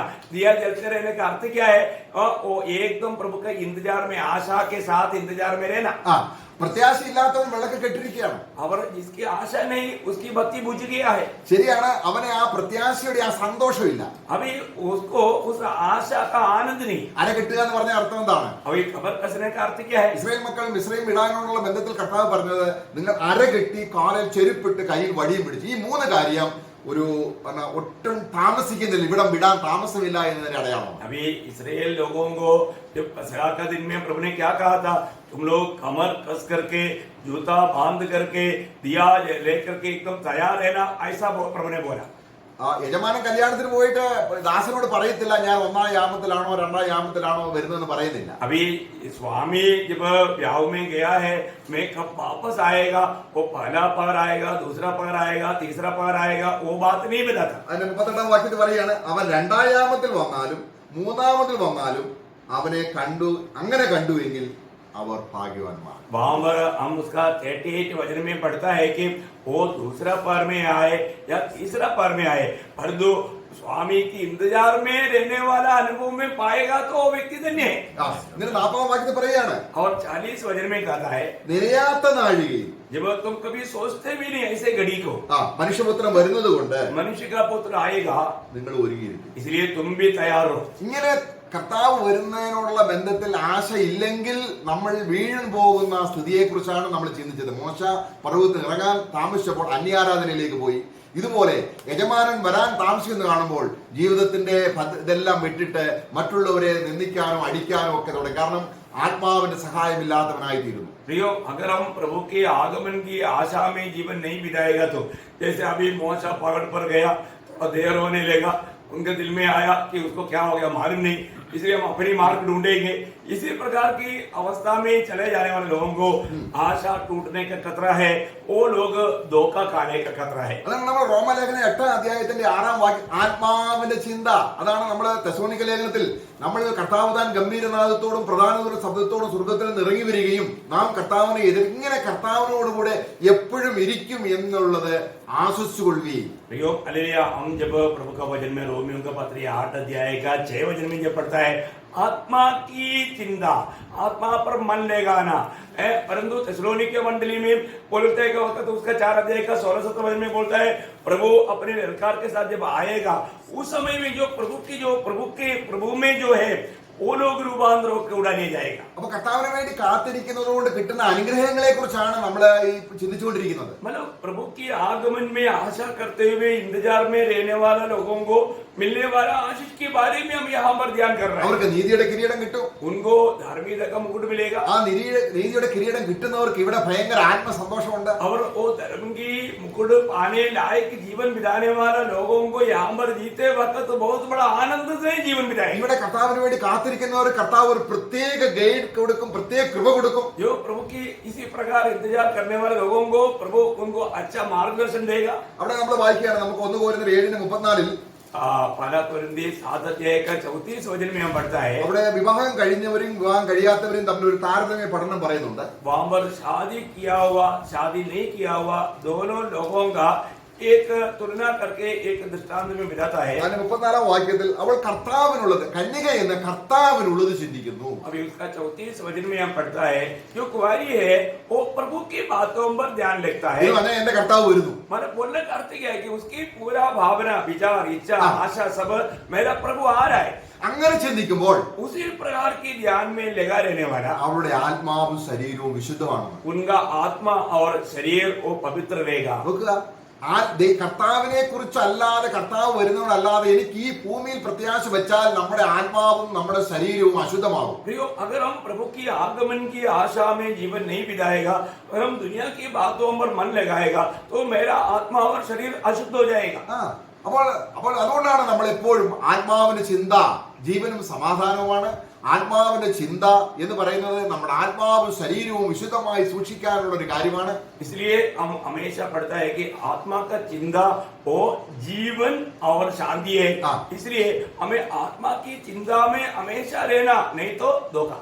നമുക്ക് എപ്പോഴാണ് സമാധാനം നഷ്ടപ്പെടുന്നത്? हम लोग कौन सा ऐसा वक्त में हमारा शांति टूट जाता है? നമ്മുടെ ആത്മാവും ഒക്കെ മനസ്സൊക്കെയും അതായത് ദുഷിക്കുമ്പോഴാണ്. हमारा आत्मा और शरीर वगैरह जब पाप में गिर जाता है, बुराई में जाता है, उस समय में ये सब आशा टूट जाता है। നമ്മുടെ ആത്മാവും ശരീരവും വിശുദ്ധമെങ്കിൽ, अगर हमारा आत्मा और शरीर पवित्र है तो ആ ആത്മാവിനെ ശരീരത്തിന് നടുക്കുള്ള ഹൃദയം ഇങ്ങനെ സന്തോഷപ്പെട്ടിരിക്കും. अगर उस आत्मा और शरीर के बीच में रहने वाला हृदय एकदम आनंद से तड़पते रहेगा। എന്നാൽ പൗലോസും ശീലാസും ജയിലിൽ കിടന്നപ്പോഴും അവരുടെ ഹൃദയം ഞങ്ങളെ കർത്താവ് ഈ ജയിലിൽ പൊട്ടിച്ച് വെളിയിൽ കൊണ്ടുവരുമെന്നല്ല. अभी पौलुस और सीलास जब पेंतिकुस्त में पढ़े थे उस समय में वो लोग जब प्रभु का महिमा कर रहा था उस समय में उनकी भावना प्रभु हमको यहाँ से छुड़ा करके बाहर लाएगा ऐसा नहीं। അവര് ചങ്ങല പൊട്ടിക്കാൻ വേണ്ടി പാട്ടുപാടി സ്തുതിച്ചതല്ല. वे लोगों ने जंजीर तोड़ने के लिए प्रभु की स्तुति आराधना नहीं किया। കർത്താവ് വന്ന് ഞങ്ങളെ കൊണ്ടുപോകും, ഈ ജയിലിലൊന്നും ഞങ്ങൾക്ക് ദൈവവചനത്തിന് ബന്ധനമില്ല, അത് അറിഞ്ഞപ്പോൾ അങ്ങ് സ്തുതിച്ചു പോയി, പ്രത്യാശ നിമിത്തം ദൈവത്തെ ആരാധിച്ചു പോയി. मतलब उन लोग उस समय में भी प्रभु शायद अभी आएगा तो हमको लेकर जाएगा, क्योंकि वजन का कोई बंधन नहीं, प्रभु ने वजन दिया है तो हम लोग इस बंधन से भी मुक्त होकर के प्रभु के संग जाएगा, ये खुशी में उन लोगों ने गीत गाया। അപ്പൊ ചങ്ങലകൾ പൊട്ടിക്കാൻ പ്രത്യാശ കഴിയും. अभी इसका मालूम क्या है कि आशा है तो वहां पर जंजीर भी टूट जाता है, टूट सकता है। നമ്മൾ എത്ര രോഗിയാണെങ്കിലും കർത്താവ് വരുന്നു എന്ന് സ്തോത്രം ചെയ്യുമ്പോൾ ശരീരത്തിന് ഒരു ബലവും ഒരു സന്തോഷവും കിട്ടും. हम कितना भी दुर्बल क्यों ना हो तभी भी प्रभु की आगमन की आशा में अगर इस आशा रख करके प्रभु का स्तुति करेगा तो हमारे आत्मा में एक बहुत बड़ा एक नया सामर्थ्य मिलेगा। അപ്പോൾ നമ്മൾ ജഡത്തിലായി പോയാൽ, परंतु अगर हम इसके बदले में अगर शरीर में हो जाए, നമ്മള് വിശ്വാസത്താൽ നീതി ലഭിച്ചതിന്റെ ഒരു അനുഗ്രഹവുമില്ല.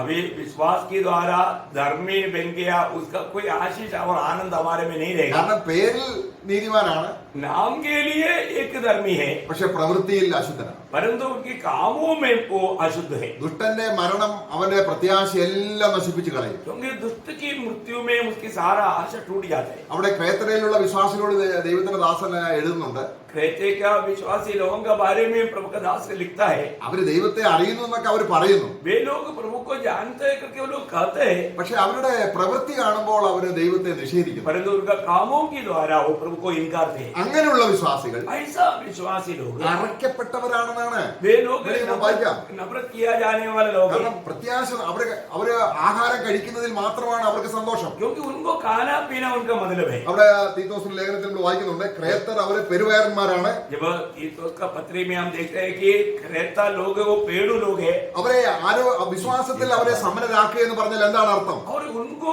विश्वास में संबंध बनाने का अर्थ क्या है? അവിടെ ക്രേത്തരിലുള്ളവരെ കുറിച്ച് നമ്മൾ വായിക്കുന്നത്, जब उस क्रेता विश्वासियों के बारे में हम पढ़ता है, ക്രേത്തർ സർവ്വത അസത്യവാദികളും ദുഷ്ടജന്തുക്കളും മടിയന്മാരുമായ പെരുവയറന്മാരത്രേ.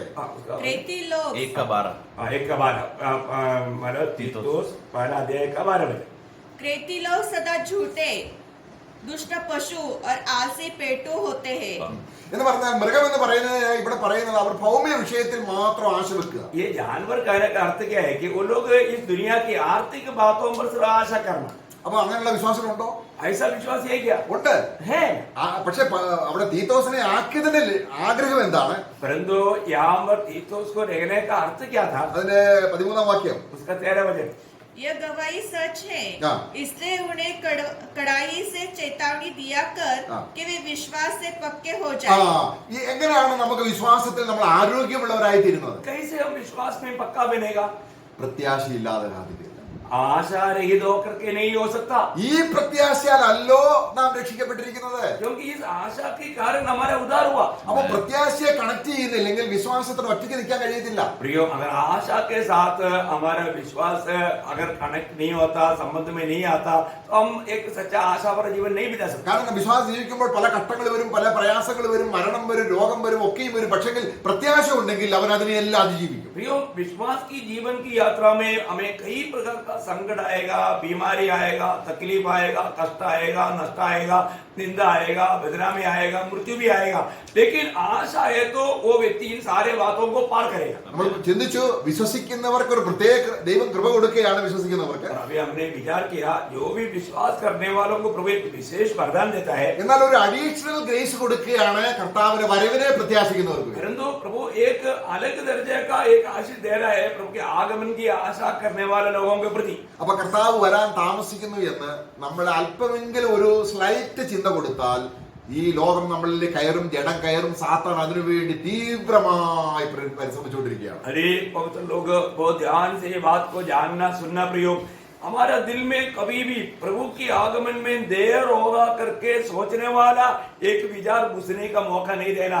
पर आगे आए तो वो व्यक्ति के जीवन में दुनिया घुसेगा, शैतान का धोखा का बात आएगा और उनको बहुत बड़ा नुकसान देगा। नुकसान ध्यान से सुनना, प्रभु अब भी आएगा, ये आशा में आ जाएगा, अभी आएगा, इस आशा में तैयारी में रहना। Praise the Lord. മത്തായി 16-ാം അധ്യായം 23-ാം വാക്യത്തിൽ जब मत्ती 16 अध्याय का 23 वचन में അവിടെ ദൈവത്തിന്റെ ആഗ്രഹം, ദൈവത്തിന്റെ ഹിതം പറയാൻ പോവുകയാണ്. वो परमेश्वर का इच्छा को बताने जा रहा है। അതെന്താണ്? वो क्या है? കർത്താവ് ക്രൂശിൽ മരിക്കണം. प्रभु क्रूस में मरना है। അത് 23-ാം വാക്യം. उसका 23 वचन, मत्ती 16 अध्याय का 23 वचन। उसने मुड़कर पतरस से कहा, हे शैतान, मेरे सामने से दूर हो, तू मेरे लिए ठोकर का कारण है। എന്താ അതിന്റെ അർത്ഥം? इसका मतलब क्या है कि मतलब प्रभु यहाँ पर पत्रोस का कहने के खिलाफ में प्रभु बोलता है, तू मेरा ठोकर का कारण है। ऐसा बोलने का अर्थ क्या है? എന്റെ പിതാവിന്റെ ആഗ്രഹം അല്ല ഇപ്പൊ നിന്റെ ഹൃദയത്തിലുള്ളത്. क्योंकि मेरा पिता का इच्छा अभी तेरा दिल में नहीं है। ഇപ്പൊ നിന്റെ ഹൃദയത്തിൽ എന്നെ കുറിച്ച് പ്രത്യാശയുണ്ട്. क्योंकि अभी तेरा दिल में मेरे बारे में एक आशा है। ആ ആശ എന്താണ്? वो आशा क्या है?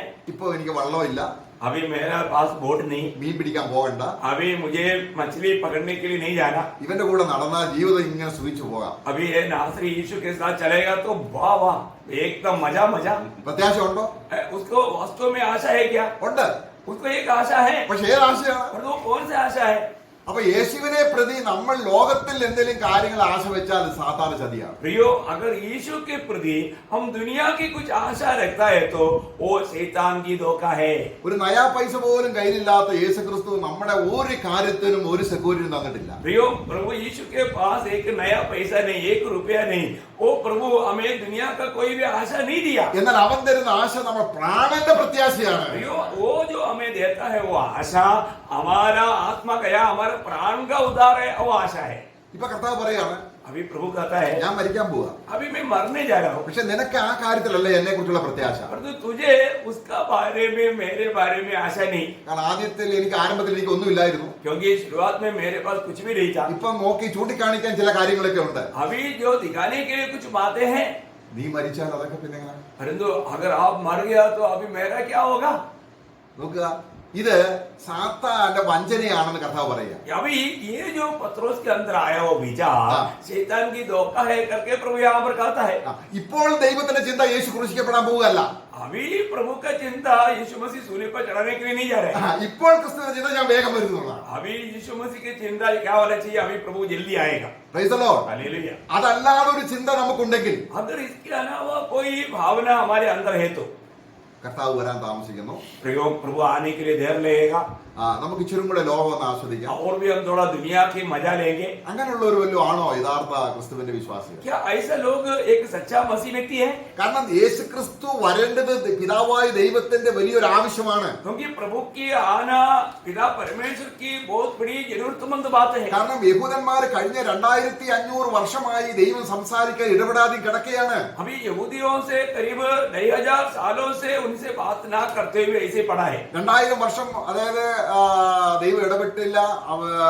നമുക്കറിയാം മക്കാബരുടെ കാലം നമ്മൾ നോക്കുകയാണെങ്കിൽ ഏകദേശം 2500 വർഷം ഈ ക്രിസ്തു വന്നതിന് ശേഷം 2000 പിന്നീട് ഒരു 400 കൊല്ലവും ഏകദേശം 2400 കൊല്ലം ദൈവം അബ്രഹാമിനുള്ള വാഗ്ദാനം നിമിത്തം യഹൂദന് ഇടപെടാതിരിക്കുകയാണ്. अभी जब मराठी के बाद में हम देखते हैं कि प्रभु यीशु मसीह आया और अभी तक का समय को लेकर के करीब 2500 साल मतलब 2500 साल इसराइल लोगों के साथ तो प्रभु बात करते बिना रहता है. ഇവര് നാടില്ല, വീടില്ല, സ്വന്തമില്ല, അവർ വെറും ദരിദ്രരായി ലോകത്തിന് നാനാഭാഗങ്ങൾ അലയുന്ന കാണുമ്പോൾ ദൈവത്തിന് അവരെ റെസ്റ്റോർ ചെയ്യാൻ ഹൃദയത്തിൽ ഭയങ്കര ആഗ്രഹമാണ്. अभी उन लोगों का पास में उनका देश नहीं था, उनके लिए घर नहीं था, वो लोग इधर उधर भटकते थे. उनकी अवस्था देख के प्रभु को बहुत तरस आते थे. ദൈവം അവരോട് വാഗ്ദാനം ചെയ്ത അനേക വചനങ്ങൾ നിവൃത്തിയാക്കാനുണ്ട്. प्रभु उनके लिए पुरखों को दिया हुआ वायदाओं को पूरा करने के लिए बहुत से बात बाकी है. അത് ബാക്കി കിടക്കുകയാണ്. अभी वो बाकी पड़ा है. അപ്പോൾ നമുക്ക് അവരെ ദൈവം ഈ സഭയൊന്ന് എടുത്തിട്ട് വേണം കർത്താവ് പിതാവിന് അത് ചെയ്യാൻ. अभी जब तक मंडली उड़ा करके लेकर नहीं जाएगा तब तक अभी आएगा. യഹൂദനോടുള്ള ദൈവത്തിന്റെ തീവ്രതയെ നോക്കുമ്പോൾ സഭ എത്ര പെട്ടെന്ന് ഇവിടെ മാറ്റപ്പെടും. यहूदियों के प्रति जो प्रभु का दिल में जो तड़प है और वो देखेगा तो प्रियो मंडली कितना जल्दी यहाँ से उड़ा ले जाना चाहिए. നമുക്ക് യെശയ്യാവിന്റെ പുസ്തകം 14 അധ്യായം ഒന്ന് വായിക്കാം. जब यशायाह नबी की किताब 14 अध्याय से हम कुछ बात पढ़ेंगे.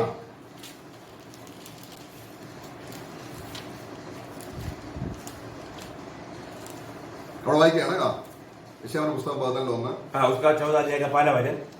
यहोवा याकूब पर दया करेगा और इस्राएल को फिर अपना कर उन्हीं के देश में बसाएगा और परदेसी उनसे मिल जाएंगे और अपने अपने को याकूब के घराने से मिला लगे. ഇതുവരെ യഹൂദന്മാർക്ക് സാധിച്ചിട്ടുണ്ടോ? अभी तक ये बात यहूदियों से हो सका क्या? ഇല്ല.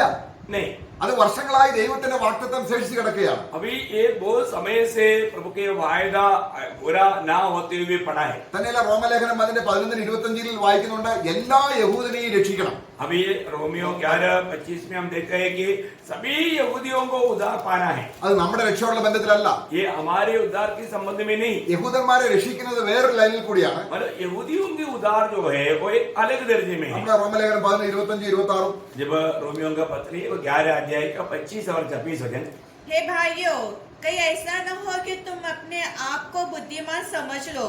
इसलिए मैं नहीं चाहता कि तुम इस भेद से अनजान रहो कि जब तक अन्य जातियां पूरी रीति से प्रवेश न कर ले तब तक इस्राएल का एक भाग ऐसा ही कठोर रहेगा और इस रीति से सारा इस्राएल उद्धार पाएगा. അപ്പോൾ ഇസ്രായേലിന് ഉദ്ധാരണം പ്രാപിക്കണമെങ്കിൽ സഭ എടുക്കപ്പെടണം. अभी यहाँ पर इसराइल उद्धार पाना है तो मंडली उड़ा ले जाना चाहिए. സഭ എടുക്കപ്പെടാതെ ഇസ്രായേലിലേക്ക് തിരിയാൻ ദൈവത്തിന് ആഗ്രഹമില്ല. क्योंकि मंडली जब तक उड़ा लिया नहीं जाएगा तब तक प्रभु इसराइल के साथ व्यवहार नहीं നമ്മൾ करेगा. ഒരിക്കലും ചിന്തിക്കരുത് ഇസ്രായേലിന് പകരമായിട്ട് സഭയെ തെരഞ്ഞെടുത്തു ഇനി ഇസ്രായേലിനെ ദൈവം കരുണ ചെയ്യത്തില്ല എന്ന് ഒരിക്കലും ചിന്തിക്കരുത്. हम कभी भी ये मत सोचना कि प्रभु इसराइल को छोड़ दिया है और सिर्फ मंडली को चाहता है. ऐसा नहीं. प्रभु मंडली को उड़ा ले जाने के बाद में इसराइल के साथ एक व्यवहार बाकी है, അവിടെ നമ്മൾ വായിക്കുന്ന വിടുവിക്കുന്നവൻ സിയോനിൽ നിന്ന് വരും, क्योंकि छुड़ाने वाला सियोन से आते हैं അവൻ യാക്കോബിൽ നിന്ന് അഭക്തിയെ മാറ്റും. और याकूब से सारे बुराई को दूर करेंगे. ഞാൻ അവരുടെ പാപങ്ങളെ നീക്കുമ്പോൾ ഇത് ഞാൻ അവരോട് ചെയ്യുന്ന നിയമമായിരിക്കും. अभी मैं जब उनकी पापों को मिटा डालेगा, ये मैं उनके साथ करने वाला वाचा है. അതെപ്പോ സാധിക്കും? ये कब होगा? ഇത് ചെയ്യാൻ ദൈവത്തിന് ആഗ്രഹമില്ലേ? ये करने के लिए प्रभु का दिल में इच्छा है, എന്നിട്ട് ദൈവം എന്തുകൊണ്ടാണ് ലേറ്റ് ചെയ്യുന്നത്? तो भी प्रभु क्यों इतना वेट कर रहा है? അപ്പം നമ്മളെക്കാൾ അധികം ചെയ്യേണ്ടത് അവർക്ക് വേണ്ടിയല്ലേ? हमारे से बढ़ करके उनके लिए प्रभु कार्य करना चाहिए. അപ്പൊ നമുക്ക് വേണ്ടി ഇപ്പൊ 2000 വർഷമേ ആയുള്ള ദൈവം വെയിറ്റ് ചെയ്യുന്നത്. अभी हमारे प्रति प्रभु 2000 साल से इंतजार में है. എന്നാൽ യഹൂദൻ ഇപ്പോഴും മശിഹ വരാൻ വേണ്ടി വെയിറ്റ് ചെയ്യുകയാണ്. परंतु यहूदी लोग अभी तक मसीहा की आगमन की प्रतीक्षा में है. അവിടെ നമ്മള് അപ്പോസ്തലന്മാരുടെ പ്രസംഗത്തിൽ അവിടെ നമ്മളൊരു വാക്യം വായിക്കുന്നുണ്ട്. അപ്പോസ്തലപ്രവൃത്തി 15 അധ്യായം 16 വാക്യം. जब प्रेरितों का प्रजा के प्रेरितों का काम में 15 अध्याय का 16 वचन में हम एक बात को देखते അത് हैं. നമ്മൾ പലരും തെറ്റിദ്ധരിച്ചാണ് ആ വാക്യം പറയാറുള്ളത്. कई बार हम लोग उसका क्या है, उसको सही रीति में ना जान करके गलत रीति में उसका व्याख्या करता है. അവിടെ യെരുശലേം സഭയുടെ സുന്നതോസിൽ അവർ കൂടിയപ്പോൾ സഹോദരൻ പത്രോസ് ആദ്യം സംസാരം അത് കഴിഞ്ഞ് യാക്കോബ് എഴുന്നേറ്റ് പറയുകയാണ്, अभी यरूशलेम में जब प्रभु का दास लोग इकट्ठा हुआ, वहां पर पत्रोस ने प्रचार किया. बाद में याकूब उठकर कहता है, അതിനെ 15-14 മുതലുള്ള വാക്യങ്ങൾ വായിക്കുമ്പോൾ, जब 15 अध्याय का 14 वचन से जब हम पढ़ेंगे, സഹോദരന്മാരെ എന്റെ വാക്ക് കേട്ടുകൊള്ളി. हे भाइयों मेरी बात सुनो. പടോ സിസ്റ്റർ.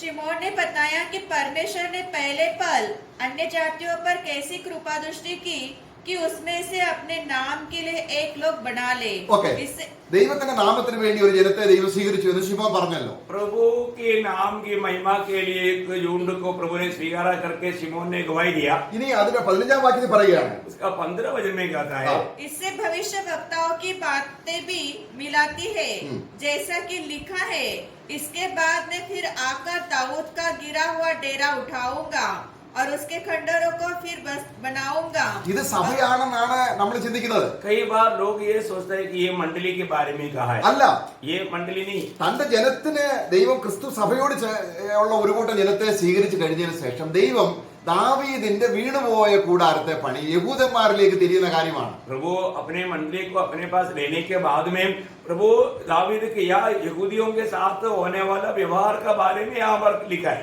അപ്പം ഇസ്രായേലിനെ യഥാസ്ഥാനത്താക്കാൻ ദൈവം വളരെയധികം ആഗ്രഹിച്ചിരിക്കുകയാണ്. है ना, इसराइल को अपने स्थान में लाने के लिए प्रभु का दिल में बहुत चाहत है. നമ്മൾ യെശയ്യാവിന്റെ പുസ്തകത്തിൽ 65-ാം അധ്യായത്തിന് 19-ാം വാക്യത്തിൽ വായിക്കണം, യെരുശലേം കൊണ്ട് യെരുശലേമിനെ ഞാൻ എന്റെ മഹത്വം കൊണ്ട് നിറയ്ക്കും. अभी यशायाह 65 का 19 वचन में हम देखते हैं कि यरूशलेम को मैं मेरी महिमा से भर देगा. തന്നെയല്ല, കർത്താവിന്റെ ജനത്തോടുള്ള ബന്ധത്തിൽ अभी जब प्रभु का जन्म के संबंध में ദൂതൻ പറയുന്ന ഒരു കാര്യം നമുക്ക് വായിക്കാം. ഒരു പ്രത്യേക കാര്യം അവിടെ പറയുന്നുണ്ട്. दूध ने वहां पर कहा हुआ एक बात हम ध्यान से देखें. ലൂക്കോസ് 1:32. उसका लूका उसका पहला अध्याय का 32 वचन. അവർ വലിയവനാകും, वो बड़ा बनेगा, അത്യുന്നതന്റെ പുത്രൻ എന്ന് വിളിക്കപ്പെടും, वो महान होगा और परम प्रधान का पुत्र कहलाएगा और प्रभु परमेश्वर उसके पिता दाऊद का सिंहासन उसको देगा. ഇവിടെ നോക്കുക, ഇവിടെ സഭയെ കുറിച്ചുള്ള പരാമർശമല്ല, अभी यहाँ पर जो बताया वो बात मंडली के बारे में नहीं, യഹൂദനെ യഥാസ്ഥാനമാക്കുന്ന കാര്യമാണ്. ये यहूदी लोगों को अपनी जगह में लाने वाला बात है. അതിന് അടുത്ത വാക്യം വായിക്കും 33-ൽ. उसका 33 वचन. അവൻ और वह याकूब के घराने पर सदा राज्य करेगा. അപ്പോൾ ദാവീദിന്റെ വീണുപോയ കൂടാരത്തെ പണിത് വീണ്ടും ഇസ്രായേൽ ഗൃഹത്തിന് കർത്താവായ യേശുക്രിസ്തു രാജാവായിരിക്കുന്ന കാര്യമാണ്. ഈ കാര്യത്തിന് വേണ്ടി ദൈവത്തിന്റെ ഹൃദയം നേരത്തെ പൂർവ്വപിതാക്കന്മാർ കൊടുത്ത വാക്ക് നിമിത്തം ജ്വലിച്ചുകൊണ്ടിരിക്കുകയാണ്. प्रियो, अभी यहाँ पर जो गिरा हुआ दावीद की उन लोगों को अभी वापस खड़ा करके प्रभु उनके राजा बन करके राज करने के प्रति प्रभु का दिल में बहुत तड़प है. എന്നാൽ അവര് ആത്മാവിൽ ഒരു ദിവസം അവർ കർത്താവിനോട് നിലവിളിക്കും. अभी एक दिन आगे आने वाला दिनों में इसराइल लोग प्रभु के प्रति या मसीहा के प्रति रोएंगे, കർത്താവേ വേഗം വരണേ, കർത്താവേ വേഗം വരണേ. हे मसीहा तो हमारे लिए जल्दी आओ बोल करके रोएगा. അപ്പൊ കർത്താവ് വേഗം വരും. उस समय में प्रभु जल्द आएगा. പ്രിയമുള്ളവരെ, നമ്മൾ അവിടെ ഇവിടെയും ചിതറിയിരിക്കുന്ന യഥാർത്ഥ ഭക്തന്മാർ ഈ സമയത്ത് ഒരുമിച്ച് കർത്താവിനോട് നിലവിളിക്കണം, നീ വേഗം വരണമേ. കാരണം അവന്റെ വരവിനെ ബന്ധപ്പെടുത്തുന്ന ഒരു ജനത്തിന് പ്രത്യേക പ്രതിഫലം കർത്താവ് കൊടുക്കും. प्रियो, आज प्रभु के लोग इधर उधर तितर बितर है, वे लोग भी प्रभु की आगमन के प्रति रो रो करके प्रभु से विनती करना चाहिए, हे प्रभु जल्द आओ, प्रभु जल्द आओ. അപ്പൊ നമ്മുടെ തേജസ്സിന്റെ വ്യത്യസ്തത अभी हमें जो मिलने जा रहा है वो जो महिमा का जो फर्क जो है, എന്തുകൊണ്ടാണ് പൗലോസിന് നമ്മളെക്കാൾ എല്ലാം തേജസ്സുള്ളത്? हमारे से बढ़कर के पौलुस को महिमा क्यों मिलेगा? കാരണം കർത്താവിന്റെ വരവിനെ വളരെ പ്രത്യാശിച്ച് ആശയോടെ ഇരുന്നത് കൊണ്ട് അവന് സ്വർഗത്തിൽ പ്രതിഫലം കൂടുകയാണ്. क्योंकि प्रभु के आगमन की बड़ी आशा में रहने के कारण पौलुस को स्वर्ग में प्रतिफल बढ़ते जा रहा है. നമുക്കറിയാം, കർത്താവിൽ പ്രത്യാശയില്ലാത്തവരെ അവർ അറിയാതെ തന്നെ ദൈവത്തിന്റെ കോപം, ഇരുട്ട് അവർ കൂട്ടിക്കൊണ്ടിരിക്കുക. अगर जो प्रभु के आगमन में आशा ना करने वाले लोग परमेश्वर के क्रोध या अंधकार उसके उनके जीवन में बैठा रहा है. അവിടെ നമ്മള് യൂദയുടെ ലേഖനത്തിൽ വായിക്കുമ്പോൾ जब हम यूदा का पत्री में ये पढ़ता है, അതിന്റെ 13-ാം വാക്യം, उसका 13 वचन, यूदा का पत्री उसका 13 वचन. ये समुद्र के प्रचंड हिलकोरे है जो अपनी लज्जा को फेंक उछालते हैं. ये डावाडोल तारे हैं जिनके लिए सदा काल तक घोर अंधकार रखा गया है. ദൈവം അവർക്ക് അന്ധകാരമൊന്നും വെച്ചിട്ടില്ല. प्रभु उनके लिए अंधकार नहीं रखा, പക്ഷെ അവരെന്ത് ചെയ്തു? परंतु उन्होंने क्या किया? ദൈവത്തിൽ വിശ്വാസമില്ലാതെ ദൈവമില്ലാത്തവരായി ജീവിച്ചുകൊണ്ട് ഓരോ ദിവസവും അന്ധകാരം കൂട്ടുക. प्रभु में आशा ना रखते हुए प्रभु के बिना अपने लिए अंधकार को बढ़ाता है. നമ്മൾ അത് എത്ര വഞ്ചനയാണ്! എനിക്ക് വേണ്ടി അന്ധകാരം ഞാൻ തന്നെ ഉണ്ടാക്കുകയാണ്. मानो एक कितना बड़ा धोखा की बात है कि मैं अपने लिए अंधकार को बढ़ा रहा है. നമ്മൾ അറിയാതെ തന്നെ നമ്മൾ റോമലേഖനം 2-ാം അധ്യായം 5-ാം വാക്യത്തിൽ हम लोग ना जानते हुए ऐसा कार्य करता है. हम रोमियो का पत्री 2 अध्याय में ദൈവകോപം എന്ന് പറഞ്ഞാൽ ഒരാൾ പാപം ചെയ്തുകൊണ്ട് ദൈവം പെട്ടെന്ന് കോപിക്കുകയല്ല. ആ വ്യക്തി ദൈവകോപം സംഗ്രഹിച്ചു വെക്കുകയാണ്. परमेश्वर का क्रोध बोलने का अर्थ परमेश्वर किसी को ऐसा क्रोध नहीं दे रहे, परंतु वो व्यक्ति क्या करता है? अपने लिए क्रोध बटोरते हैं. 2-ാം അധ്യായത്തിന്റെ 5-ാം വാക്യം, उसका 5 2 अध्याय का 5 वचन. पर तू अपनी कठोरता और हठीले मन के कारण उसके क्रोध के दिन के लिए जिसमें परमेश्वर का सच्चा न्याय प्रकट होगा. അപ്പോൾ ഏതൊരു പാപിക്കും ആ ദിവസമുണ്ട്. നമ്മൾ നേരത്തെ വായിച്ചു, ആ ദിവസം. ഇതുപോലെ ഒരു പാപിക്കും ആ ദിവസമുണ്ട്. हर एक पवित्र लोगों को एक दिन है, उसी प्रकार पापियों के लिए भी एक दिन है. അപ്പോൾ അവരെന്ത് ചെയ്യുന്നു? ആ ദിവസം അന്ധകാരം കൂട്ടി വെച്ചത് ഒരുമിച്ച് കിട്ടുക. और वो लोगों को क्या होता? वो लोगों ने जो इकट्ठा किया हुआ अंधकार उनको उस दिन मिलेगा. നമുക്ക് കിട്ടുന്ന തേജസ് എങ്ങനെയാണ്? हमें मिलने वाला महिमा कैसे है? നമ്മളും ഇതുപോലെ നമ്മൾ അന്ധകാരത്തിലായിരുന്നു. हम लोग भी इस रीति में एक समय में अंधकार में थे. നമ്മെ വെളിച്ചത്തിലേക്ക് കൊണ്ടുവന്നു. प्रभु ने हमें ज्योति में लाया. ഇനി നമ്മൾ अभी हमारा जीवन ഓരോ ദിവസവും एक दिन ഈ പ്രകാശം അല്ലെങ്കിൽ ഈ തേജസ് നമ്മൾ വർദ്ധിപ്പിച്ചു വരികയാണ്. इस ज्योति को हम रोज बढ़ाते आता है. പൗലോസിന് വളരെയധികം തേജസ് കിട്ടാൻ കാര്യം എന്താണ്? पौलुस को इतना अधिक महिमा मिलने का कारण क्या है? അപ്പൊ നമ്മൾ കോപമാണോ ചരച്ചു വെക്കുന്നത്, അതോ നമ്മള് തേജസ്സാണോ ചരച്ചു വെക്കുന്നത്? ഇന്നത്തെ നമ്മുടെ നിലപാടും മനോഭാവവും അനുസരിച്ചിരിക്കുന്നു. आज हमारे जीवन को परखेगा तो हम क्रोध को बटोरते हैं या हम महिमा को बटोरता है, वो हमारे जीवन के आधार में है. നമ്മൾ എബ്രായ ലേഖനം 2:10 ദൈവത്തിന്റെ ഹൃദയ ആഗ്രഹം തന്റെ മക്കളെ തേജസ്സിലേക്ക് നയിക്കുകയാണ്. जब हम इब्रानियों 2 अध्याय का 10 वचन में हम देखते हैं कि प्रभु का दिल की इच्छा क्या है कि हमें परमेश्वर का संतानों को महिमा में लाए. എങ്ങനെയാണ് നമ്മളെ തേജസ്സിലേക്ക് നയിക്കുന്നത്? कैसे हमें महिमा में लाएगा? തന്റെ അനേക പുത്രന്മാരെ തേജസ്സിലേക്ക് നയിക്കുമ്പോൾ अनेक अपने बच्चों को उस महिमा में लाने के कारण ഇന്ന് നമ്മളെ തേജസ്സിലേക്ക് ആത്മാവ് നയിക്കുന്നതാണ് നമുക്ക് ഒരുമിച്ച് കിട്ടാൻ പോകുന്നത്. हमें आज आत्मा महिमा में लेकर जा रहा है, वो हमें इकट्ठा होकर के उस दिन मिलेगा. അപ്പൊ കർത്താവ് വരാൻ താമസിക്കുന്നു എന്ന് പറഞ്ഞ് നമ്മൾ അന്ധകാരത്തിന്റെ പ്രവൃത്തിയിലേക്ക് പോകുമ്പോൾ अगर हम प्रभु के आगमन में देरी होगा सोच करके अगर हम बुराई की ओर जब बढ़ेगा, എത്രമാത്രം നമുക്ക് നഷ്ടമാണ് സംഭവിക്കാൻ പോകുന്നത്. इतना बड़ा नुकसान हमारे जीवन में होने वाला है. അപ്പൊ കർത്താവ് നമ്മുടെ തേജസ്കരണത്തിനും കൂടിയാണ്, നമ്മുടെ ശരീരത്തിന്റെ വീണ്ടെടുപ്പിനും കൂടിയാണ് യേശു ക്രിസ്തു കഷ്ടം അനുഭവിച്ചത്. हमारा महिमा के लिए और हमारा शरीर के उद्धार के लिए हमारा प्रभु यीशु मसीह मृत्यु सहा. അപ്പൊ നമ്മൾ ഇന്ന് ആത്മാവിൽ ഇത് അനുഭവിച്ചറിയാം. आज हम आत्मा में इन बातों को अनुभव करते हैं. നമ്മൾ ഇന്ന് ഇവിടെ കർത്താവിനെ നമ്മൾ അക്ഷരീയമായി കാണുന്നില്ലെങ്കിലും आज हम प्रभु को अपने आंखों से नहीं देखता तो भी നമ്മുടെ കർത്താവ് വേഗം വരുന്നു എന്നുള്ള പ്രത്യാശയിൽ നമ്മൾ ജീവിക്കുമ്പോൾ കർത്താവിനോട് കൂടെയാണ്. हम लोग हमारा प्रभु यीशु मसीह जल्द आएगा, आज आएगा, इस आशा में जब जीवन बिताता है तो हम बिल्कुल प्रभु के साथ हैं. എങ്ങനെയാണ് കർത്താവിനോട് കൂടെ ജീവിക്കുന്നത്? कैसा हम प्रभु के साथ जीता है? ഇപ്പൊ കർത്താവൊന്നും വരുന്നില്ല. भी प्रभु नहीं आएगा। കർത്താവിന്റെ കൂടെ അല്ല. हम प्रभु के साथ नहीं, കാരണം കർത്താവിൽ നിന്ന് അന്യപ്പെട്ടു പോയി. हम क्योंकि ऐसा विचार जब हमारे अंदर आ गया तो हम प्रभु से दूर हो गया। നമുക്ക് ഈ പ്രത്യാശ ഉണ്ടെങ്കിൽ, अगर हमें ये आशा है तो ഈ കർത്താവിനോട് കൂടെ മാത്രമല്ല, सिर्फ ये प्रभु के साथ है ऐसा भी नहीं, ഈ പ്രത്യാശയിലുള്ള തേജസ് കിട്ടാൻ പോകുന്ന എല്ലാവരോടും കൂടെയാണ്. हम और पवित्र लोग जो इस आशा रखा उनके साथ मिलकर के हैं। നമുക്ക് പൗലോസ് ഒരു കാര്യം പറയുന്നത് നമുക്ക് നോക്കാം. കൊലോസ്യ ലേഖനം അതിന്റെ 1-23 വാക്യം. कोलोसियों का पत्र 1 वचन में जब प्रेषित पौलुस कहता है, हम देखेंगे कोलोसियों 1 वचन। यदि तुम विश्वास की नींव पर दृढ़ बने रहो और കൊലോസ്യർ 2:5 വാക്യം. दूसरा अध्याय का कोलोसियों 2 अध्याय का 5 यद्यपि मैं शरीर के भाव से तुमसे दूर हूँ तो भी आत्मिक भाव से तुम्हारे निकट हूँ। നോക്കുക, കൊലോസ്യരുടെ അടുക്കൽ ശാരീരികമായിട്ട് പൗലോസ് ഇല്ല. अभी यहाँ पर कोलोसी मंडली के साथ शारीरिक रीति में उनका निकट में नहीं पौलुस, പക്ഷെ അവൻ ആത്മാവിൽ അവരോട് കൂടിയാ. परंतु आत्मा में उनके साथ है। എങ്ങനെ സാധിച്ചു? ये कैसे हुआ? കർത്താവ് വരുന്നു എന്നുള്ള പ്രത്യാശ ഉള്ളവർക്ക് മാത്രമേ ഇത് സാധിക്കത്തുള്ളൂ. जो प्रभु के आगमन की आशा रखने वाले लोगों के साथ ही ये काम हो सकता। ആത്മാവ് കർത്താവിലേക്കാണ്, ആ പരിശുദ്ധാത്മാവ് നമ്മളെ കർത്താവിന്റെ വരവിലേക്കാണ് നമ്മളെ നയിക്കുന്നതെങ്കിൽ ആ വരവിൽ പ്രത്യാശ വെച്ച എല്ലാവരുമായിട്ട് ഒരു ബന്ധം നമുക്ക് തന്നിരിക്കുക. यदि हम प्रभु का आगमन की आशा में पवित्र आत्मा में इंतजार में है तो इस इंतजार में रहने वाले सबको आत्मा ने क्या कर दिया? एक बनाया। പൗലോസ് ഒരുപക്ഷെ ജയിലിലാണ്, शायद पौलुस इस वक्त में जेल में കാരണം होगा, ഇത് കാരാഗ്രഹ ലേഖനമാണ്. क्योंकि आपको मालूम है ये बंदीगृह का पत्र है।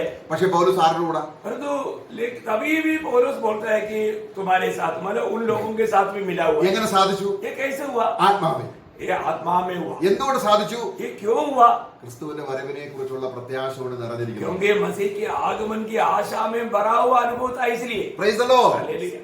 നമ്മുടെ കർത്താവിന്റെ വരവിനെ കുറിച്ച് നമുക്ക് പ്രത്യാശ ഉണ്ടെങ്കിൽ നമുക്ക് സഭയോടുള്ള ബന്ധത്തിലെല്ലാം വിശുദ്ധന്മാരെ കാണുന്നതിൽ ഭയങ്കര സന്തോഷമാണ്. प्रियो, अगर हमें प्रभु के आगमन की आशा में है तो ऐसा लोगों को मंडली के और लोगों के साथ मिलने में बहुत बड़ा आनंद है।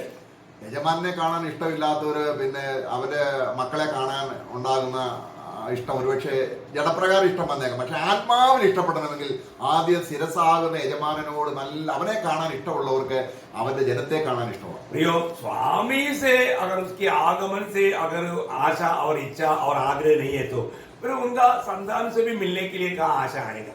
इसलिए जो व्यक्ति प्रभु के आगमन की बाट होते हैं उनको इस आशा में रहने वाला लोगों से भी भेंट करने की बहुत इच्छा रहता है।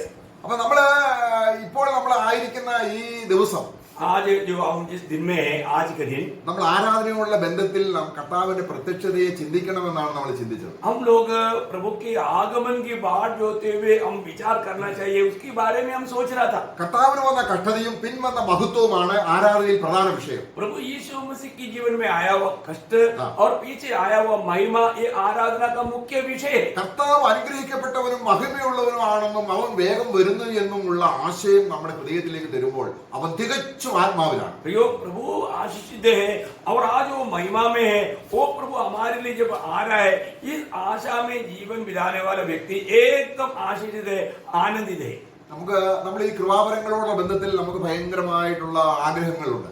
आज बहुत लोगों को वरदानों के बारे में बहुत इच्छा रहता है।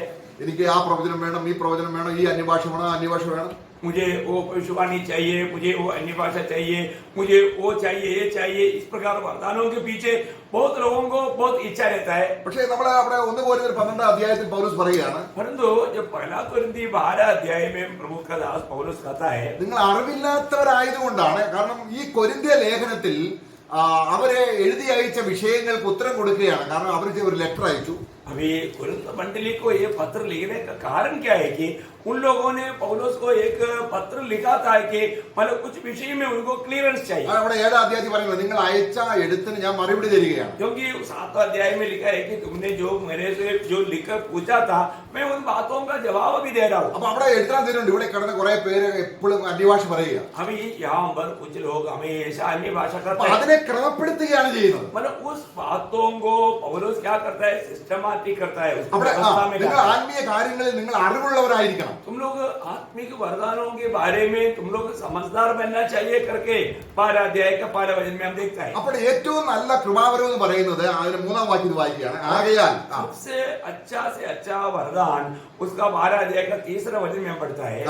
इसलिए मैं तुम्हें चेतावनी देता हूँ कि जो कोई परमेश्वर की आत्मा की अगुवाई से बोलता है वह नहीं कहता कि यीशु शापित है।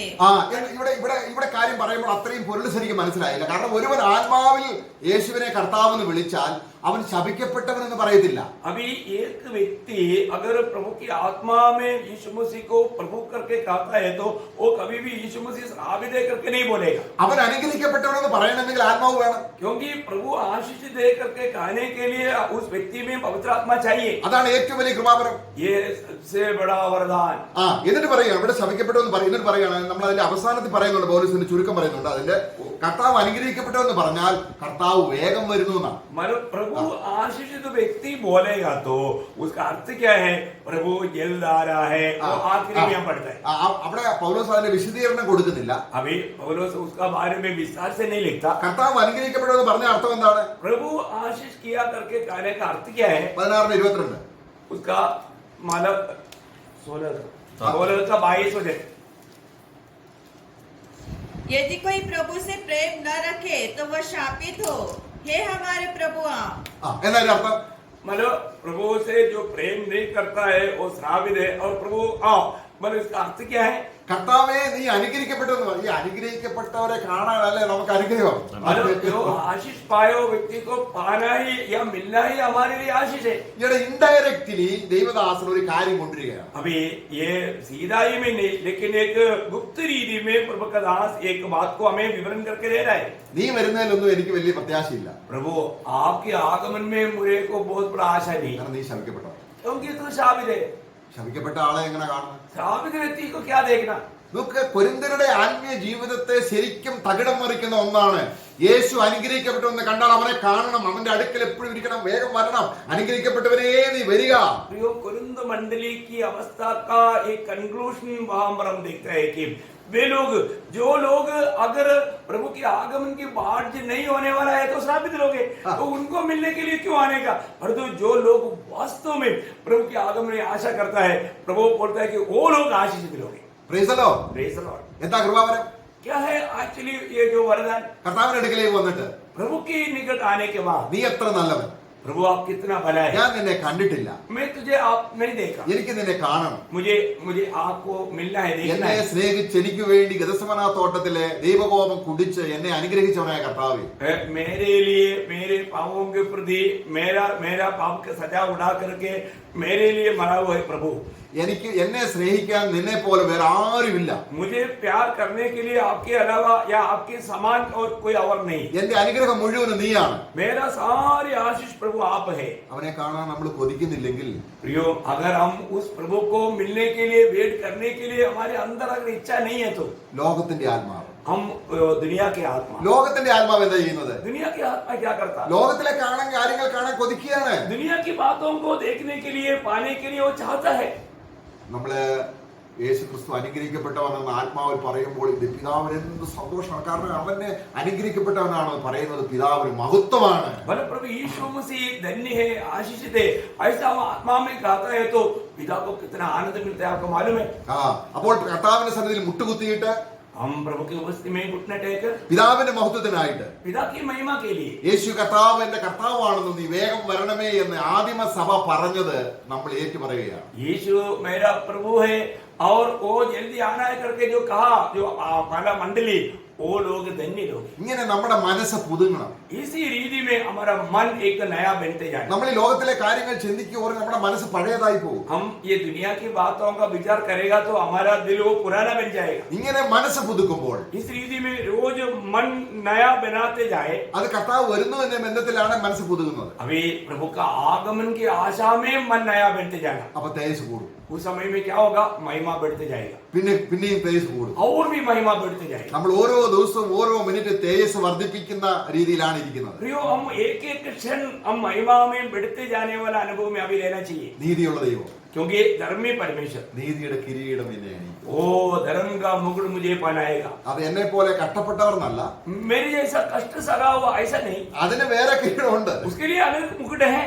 എന്നാൽ परंतु ഹൃദയത്തിൽ ക്രിസ്തുവിന് ഏകാഗ്രതയോട്, അതാണ് സാത്താൻ വന്ന് ഉപായത്തെ ചതിച്ചതുപോലെ ക്രിസ്തുവിന്റെ വരവിനെ കുറിച്ച് നിങ്ങളുടെ ഹൃദയത്തിൽ നിന്ന് അകറ്റിക്കളയുന്നെങ്കിൽ സാത്താന്റെ വചനം, ഈ ലോകത്തിന്റെ കാര്യങ്ങൾ കിട്ടുന്ന വേറൊരു സുവിശേഷം, ഞങ്ങൾ പ്രസംഗിക്കാത്ത വേറൊരു സുവിശേഷം, ഞങ്ങൾ പറയാത്ത വേറൊരു ക്രിസ്തു, നിങ്ങൾക്ക് ലഭിക്കാത്ത വേറൊരു ആത്മാവ്, ഇത് നമ്മളെ പ്രത്യാശ നശിപ്പിച്ച് ഈ ഭൂമിയിൽ പ്രത്യാശ ഉളവാക്കും. प्रियो, हम लोग एक बात को बहुत सावधानी से जानना, अभी प्रभु के आगमन की आशा में तड़प के साथ रहने वाला अनुभव, और इस अनुभव से हमें वंचित करने के लिए शैतान की कोशिश है। इसलिए पौलुस बोलता है कि मैं इस बात से डरता हूँ, जो हमें प्रभु के साथ होना चाहिए, उस एकाग्रता से हमारा मन को कहीं वंचित ना करे। प्रियो, आज एक अलग प्रकार के आत्मा, अलग प्रकार का सुसमाचार, अलग प्रकार का प्रचार, ये सब क्या है? हमें दुनिया की मोहों में बसा करके प्रभु की आगमन की आशा से वंचित करने के लिए धोखा देने वाली बात है। इसमें हमें सावधान रहना है। അതുകൊണ്ട് ഏത് ആത്മാവിനെയാണ് പ്രാപിച്ചതെന്ന് നമ്മൾ പരിശോധിക്കണം. इसलिए हमें ये बात को परखकर देखना है कि मैंने कौन से आत्मा को पाया। ദൈവം നമുക്ക് ക്രിസ്തുവിന്റെ വരവിനെ ബന്ധപ്പെടുത്തുന്ന ആത്മാവിനെയാണ് തന്നത്. प्रियो, हमारे अंदर हम उस प्रभु का आगमन की बात जो होने वाला, उसके लिए एकदम उत्साही रहने वाला आत्मा को दिया। ഞങ്ങൾ പരിശുദ്ധാത്മാവിൽ ക്രിസ്തുവിന്റെ വരവിനായി കാത്തിരിക്കുന്നു. हम प्रभु की आत्मा में प्रभु के आगमन की बात जोते रहते हैं। Praise the Lord. Praise the Lord. കർത്താവ് നമ്മളെ എത്ര അനുഗ്രഹിച്ചിരിക്കുകയാണ്. प्रभु कितना अधिक हमें आशीष दिया है। നമ്മൾ തേജസ്സിന്റെ പുത്രന്മാരായി മാറാൻ പോവുകയാണ്. हम उस महिमा का संतान होकर के बदलने जा रहे हैं। ദൈവത്തിന് ഈ കാര്യം തീർത്തിട്ട് വേണം യഹൂദന്മാരൊക്കെ തിരിയാൻ. क्योंकि हमारे कार्य पूरा करके प्रभु को यहूदियों को मोड़ना है। അതുകൊണ്ട് ദൈവം ഭയങ്കരമായിട്ടുള്ള ത്രില്ലിലാണ്. प्रभु एकदम हमसे भेंट करने के लिए एकदम मतलब उत्साह में है। തന്റെ പുത്രന്മാരെ തേജസ്സിൽ കാണണം. ओ प्रभु अपने पुत्रों को महिमा में पाना चाहते हैं। മൂത്ത പുത്രന്റെ കൂടെ ഇളയ സഹോദരന്മാർ നിൽക്കുന്നത് പിതാവിന് കാണണം. उस पहलौठे के साथ बाकी बच्चे लोग भी खड़ा होते हुए स्वर्गीय पिता देखने के लिए चाहता है। അതിന് ഏകയാതനയെ കഷ്ടാനുഭവത്തിലേക്ക് നയിച്ചത് അനേക പുത്രന്മാരെ തേജസ്സിലേക്ക് നയിക്കുക. इसलिए अपना एकलौता पुत्र को इन कष्टों में भेजा, अनेक पुत्रों को ये महिमा में प्रवेश कराने के लिए। നമ്മൾ ആ ദിവസം എത്രയും വേഗം വരും. प्रियो, हम लोग ये आशा करने वाला वो दिन बहुत जल्दी आएगा। ആമേൻ. കർത്താവ് സഹായിക്കട്ടെ. इसलिए उस आशा में रहने के लिए प्रभु सब पवित्र लोगों को सहायता करे। प्रभु का अनुग्रह आप सबके साथ हो। ആമേൻ. Praise the Lord. Praise the Lord.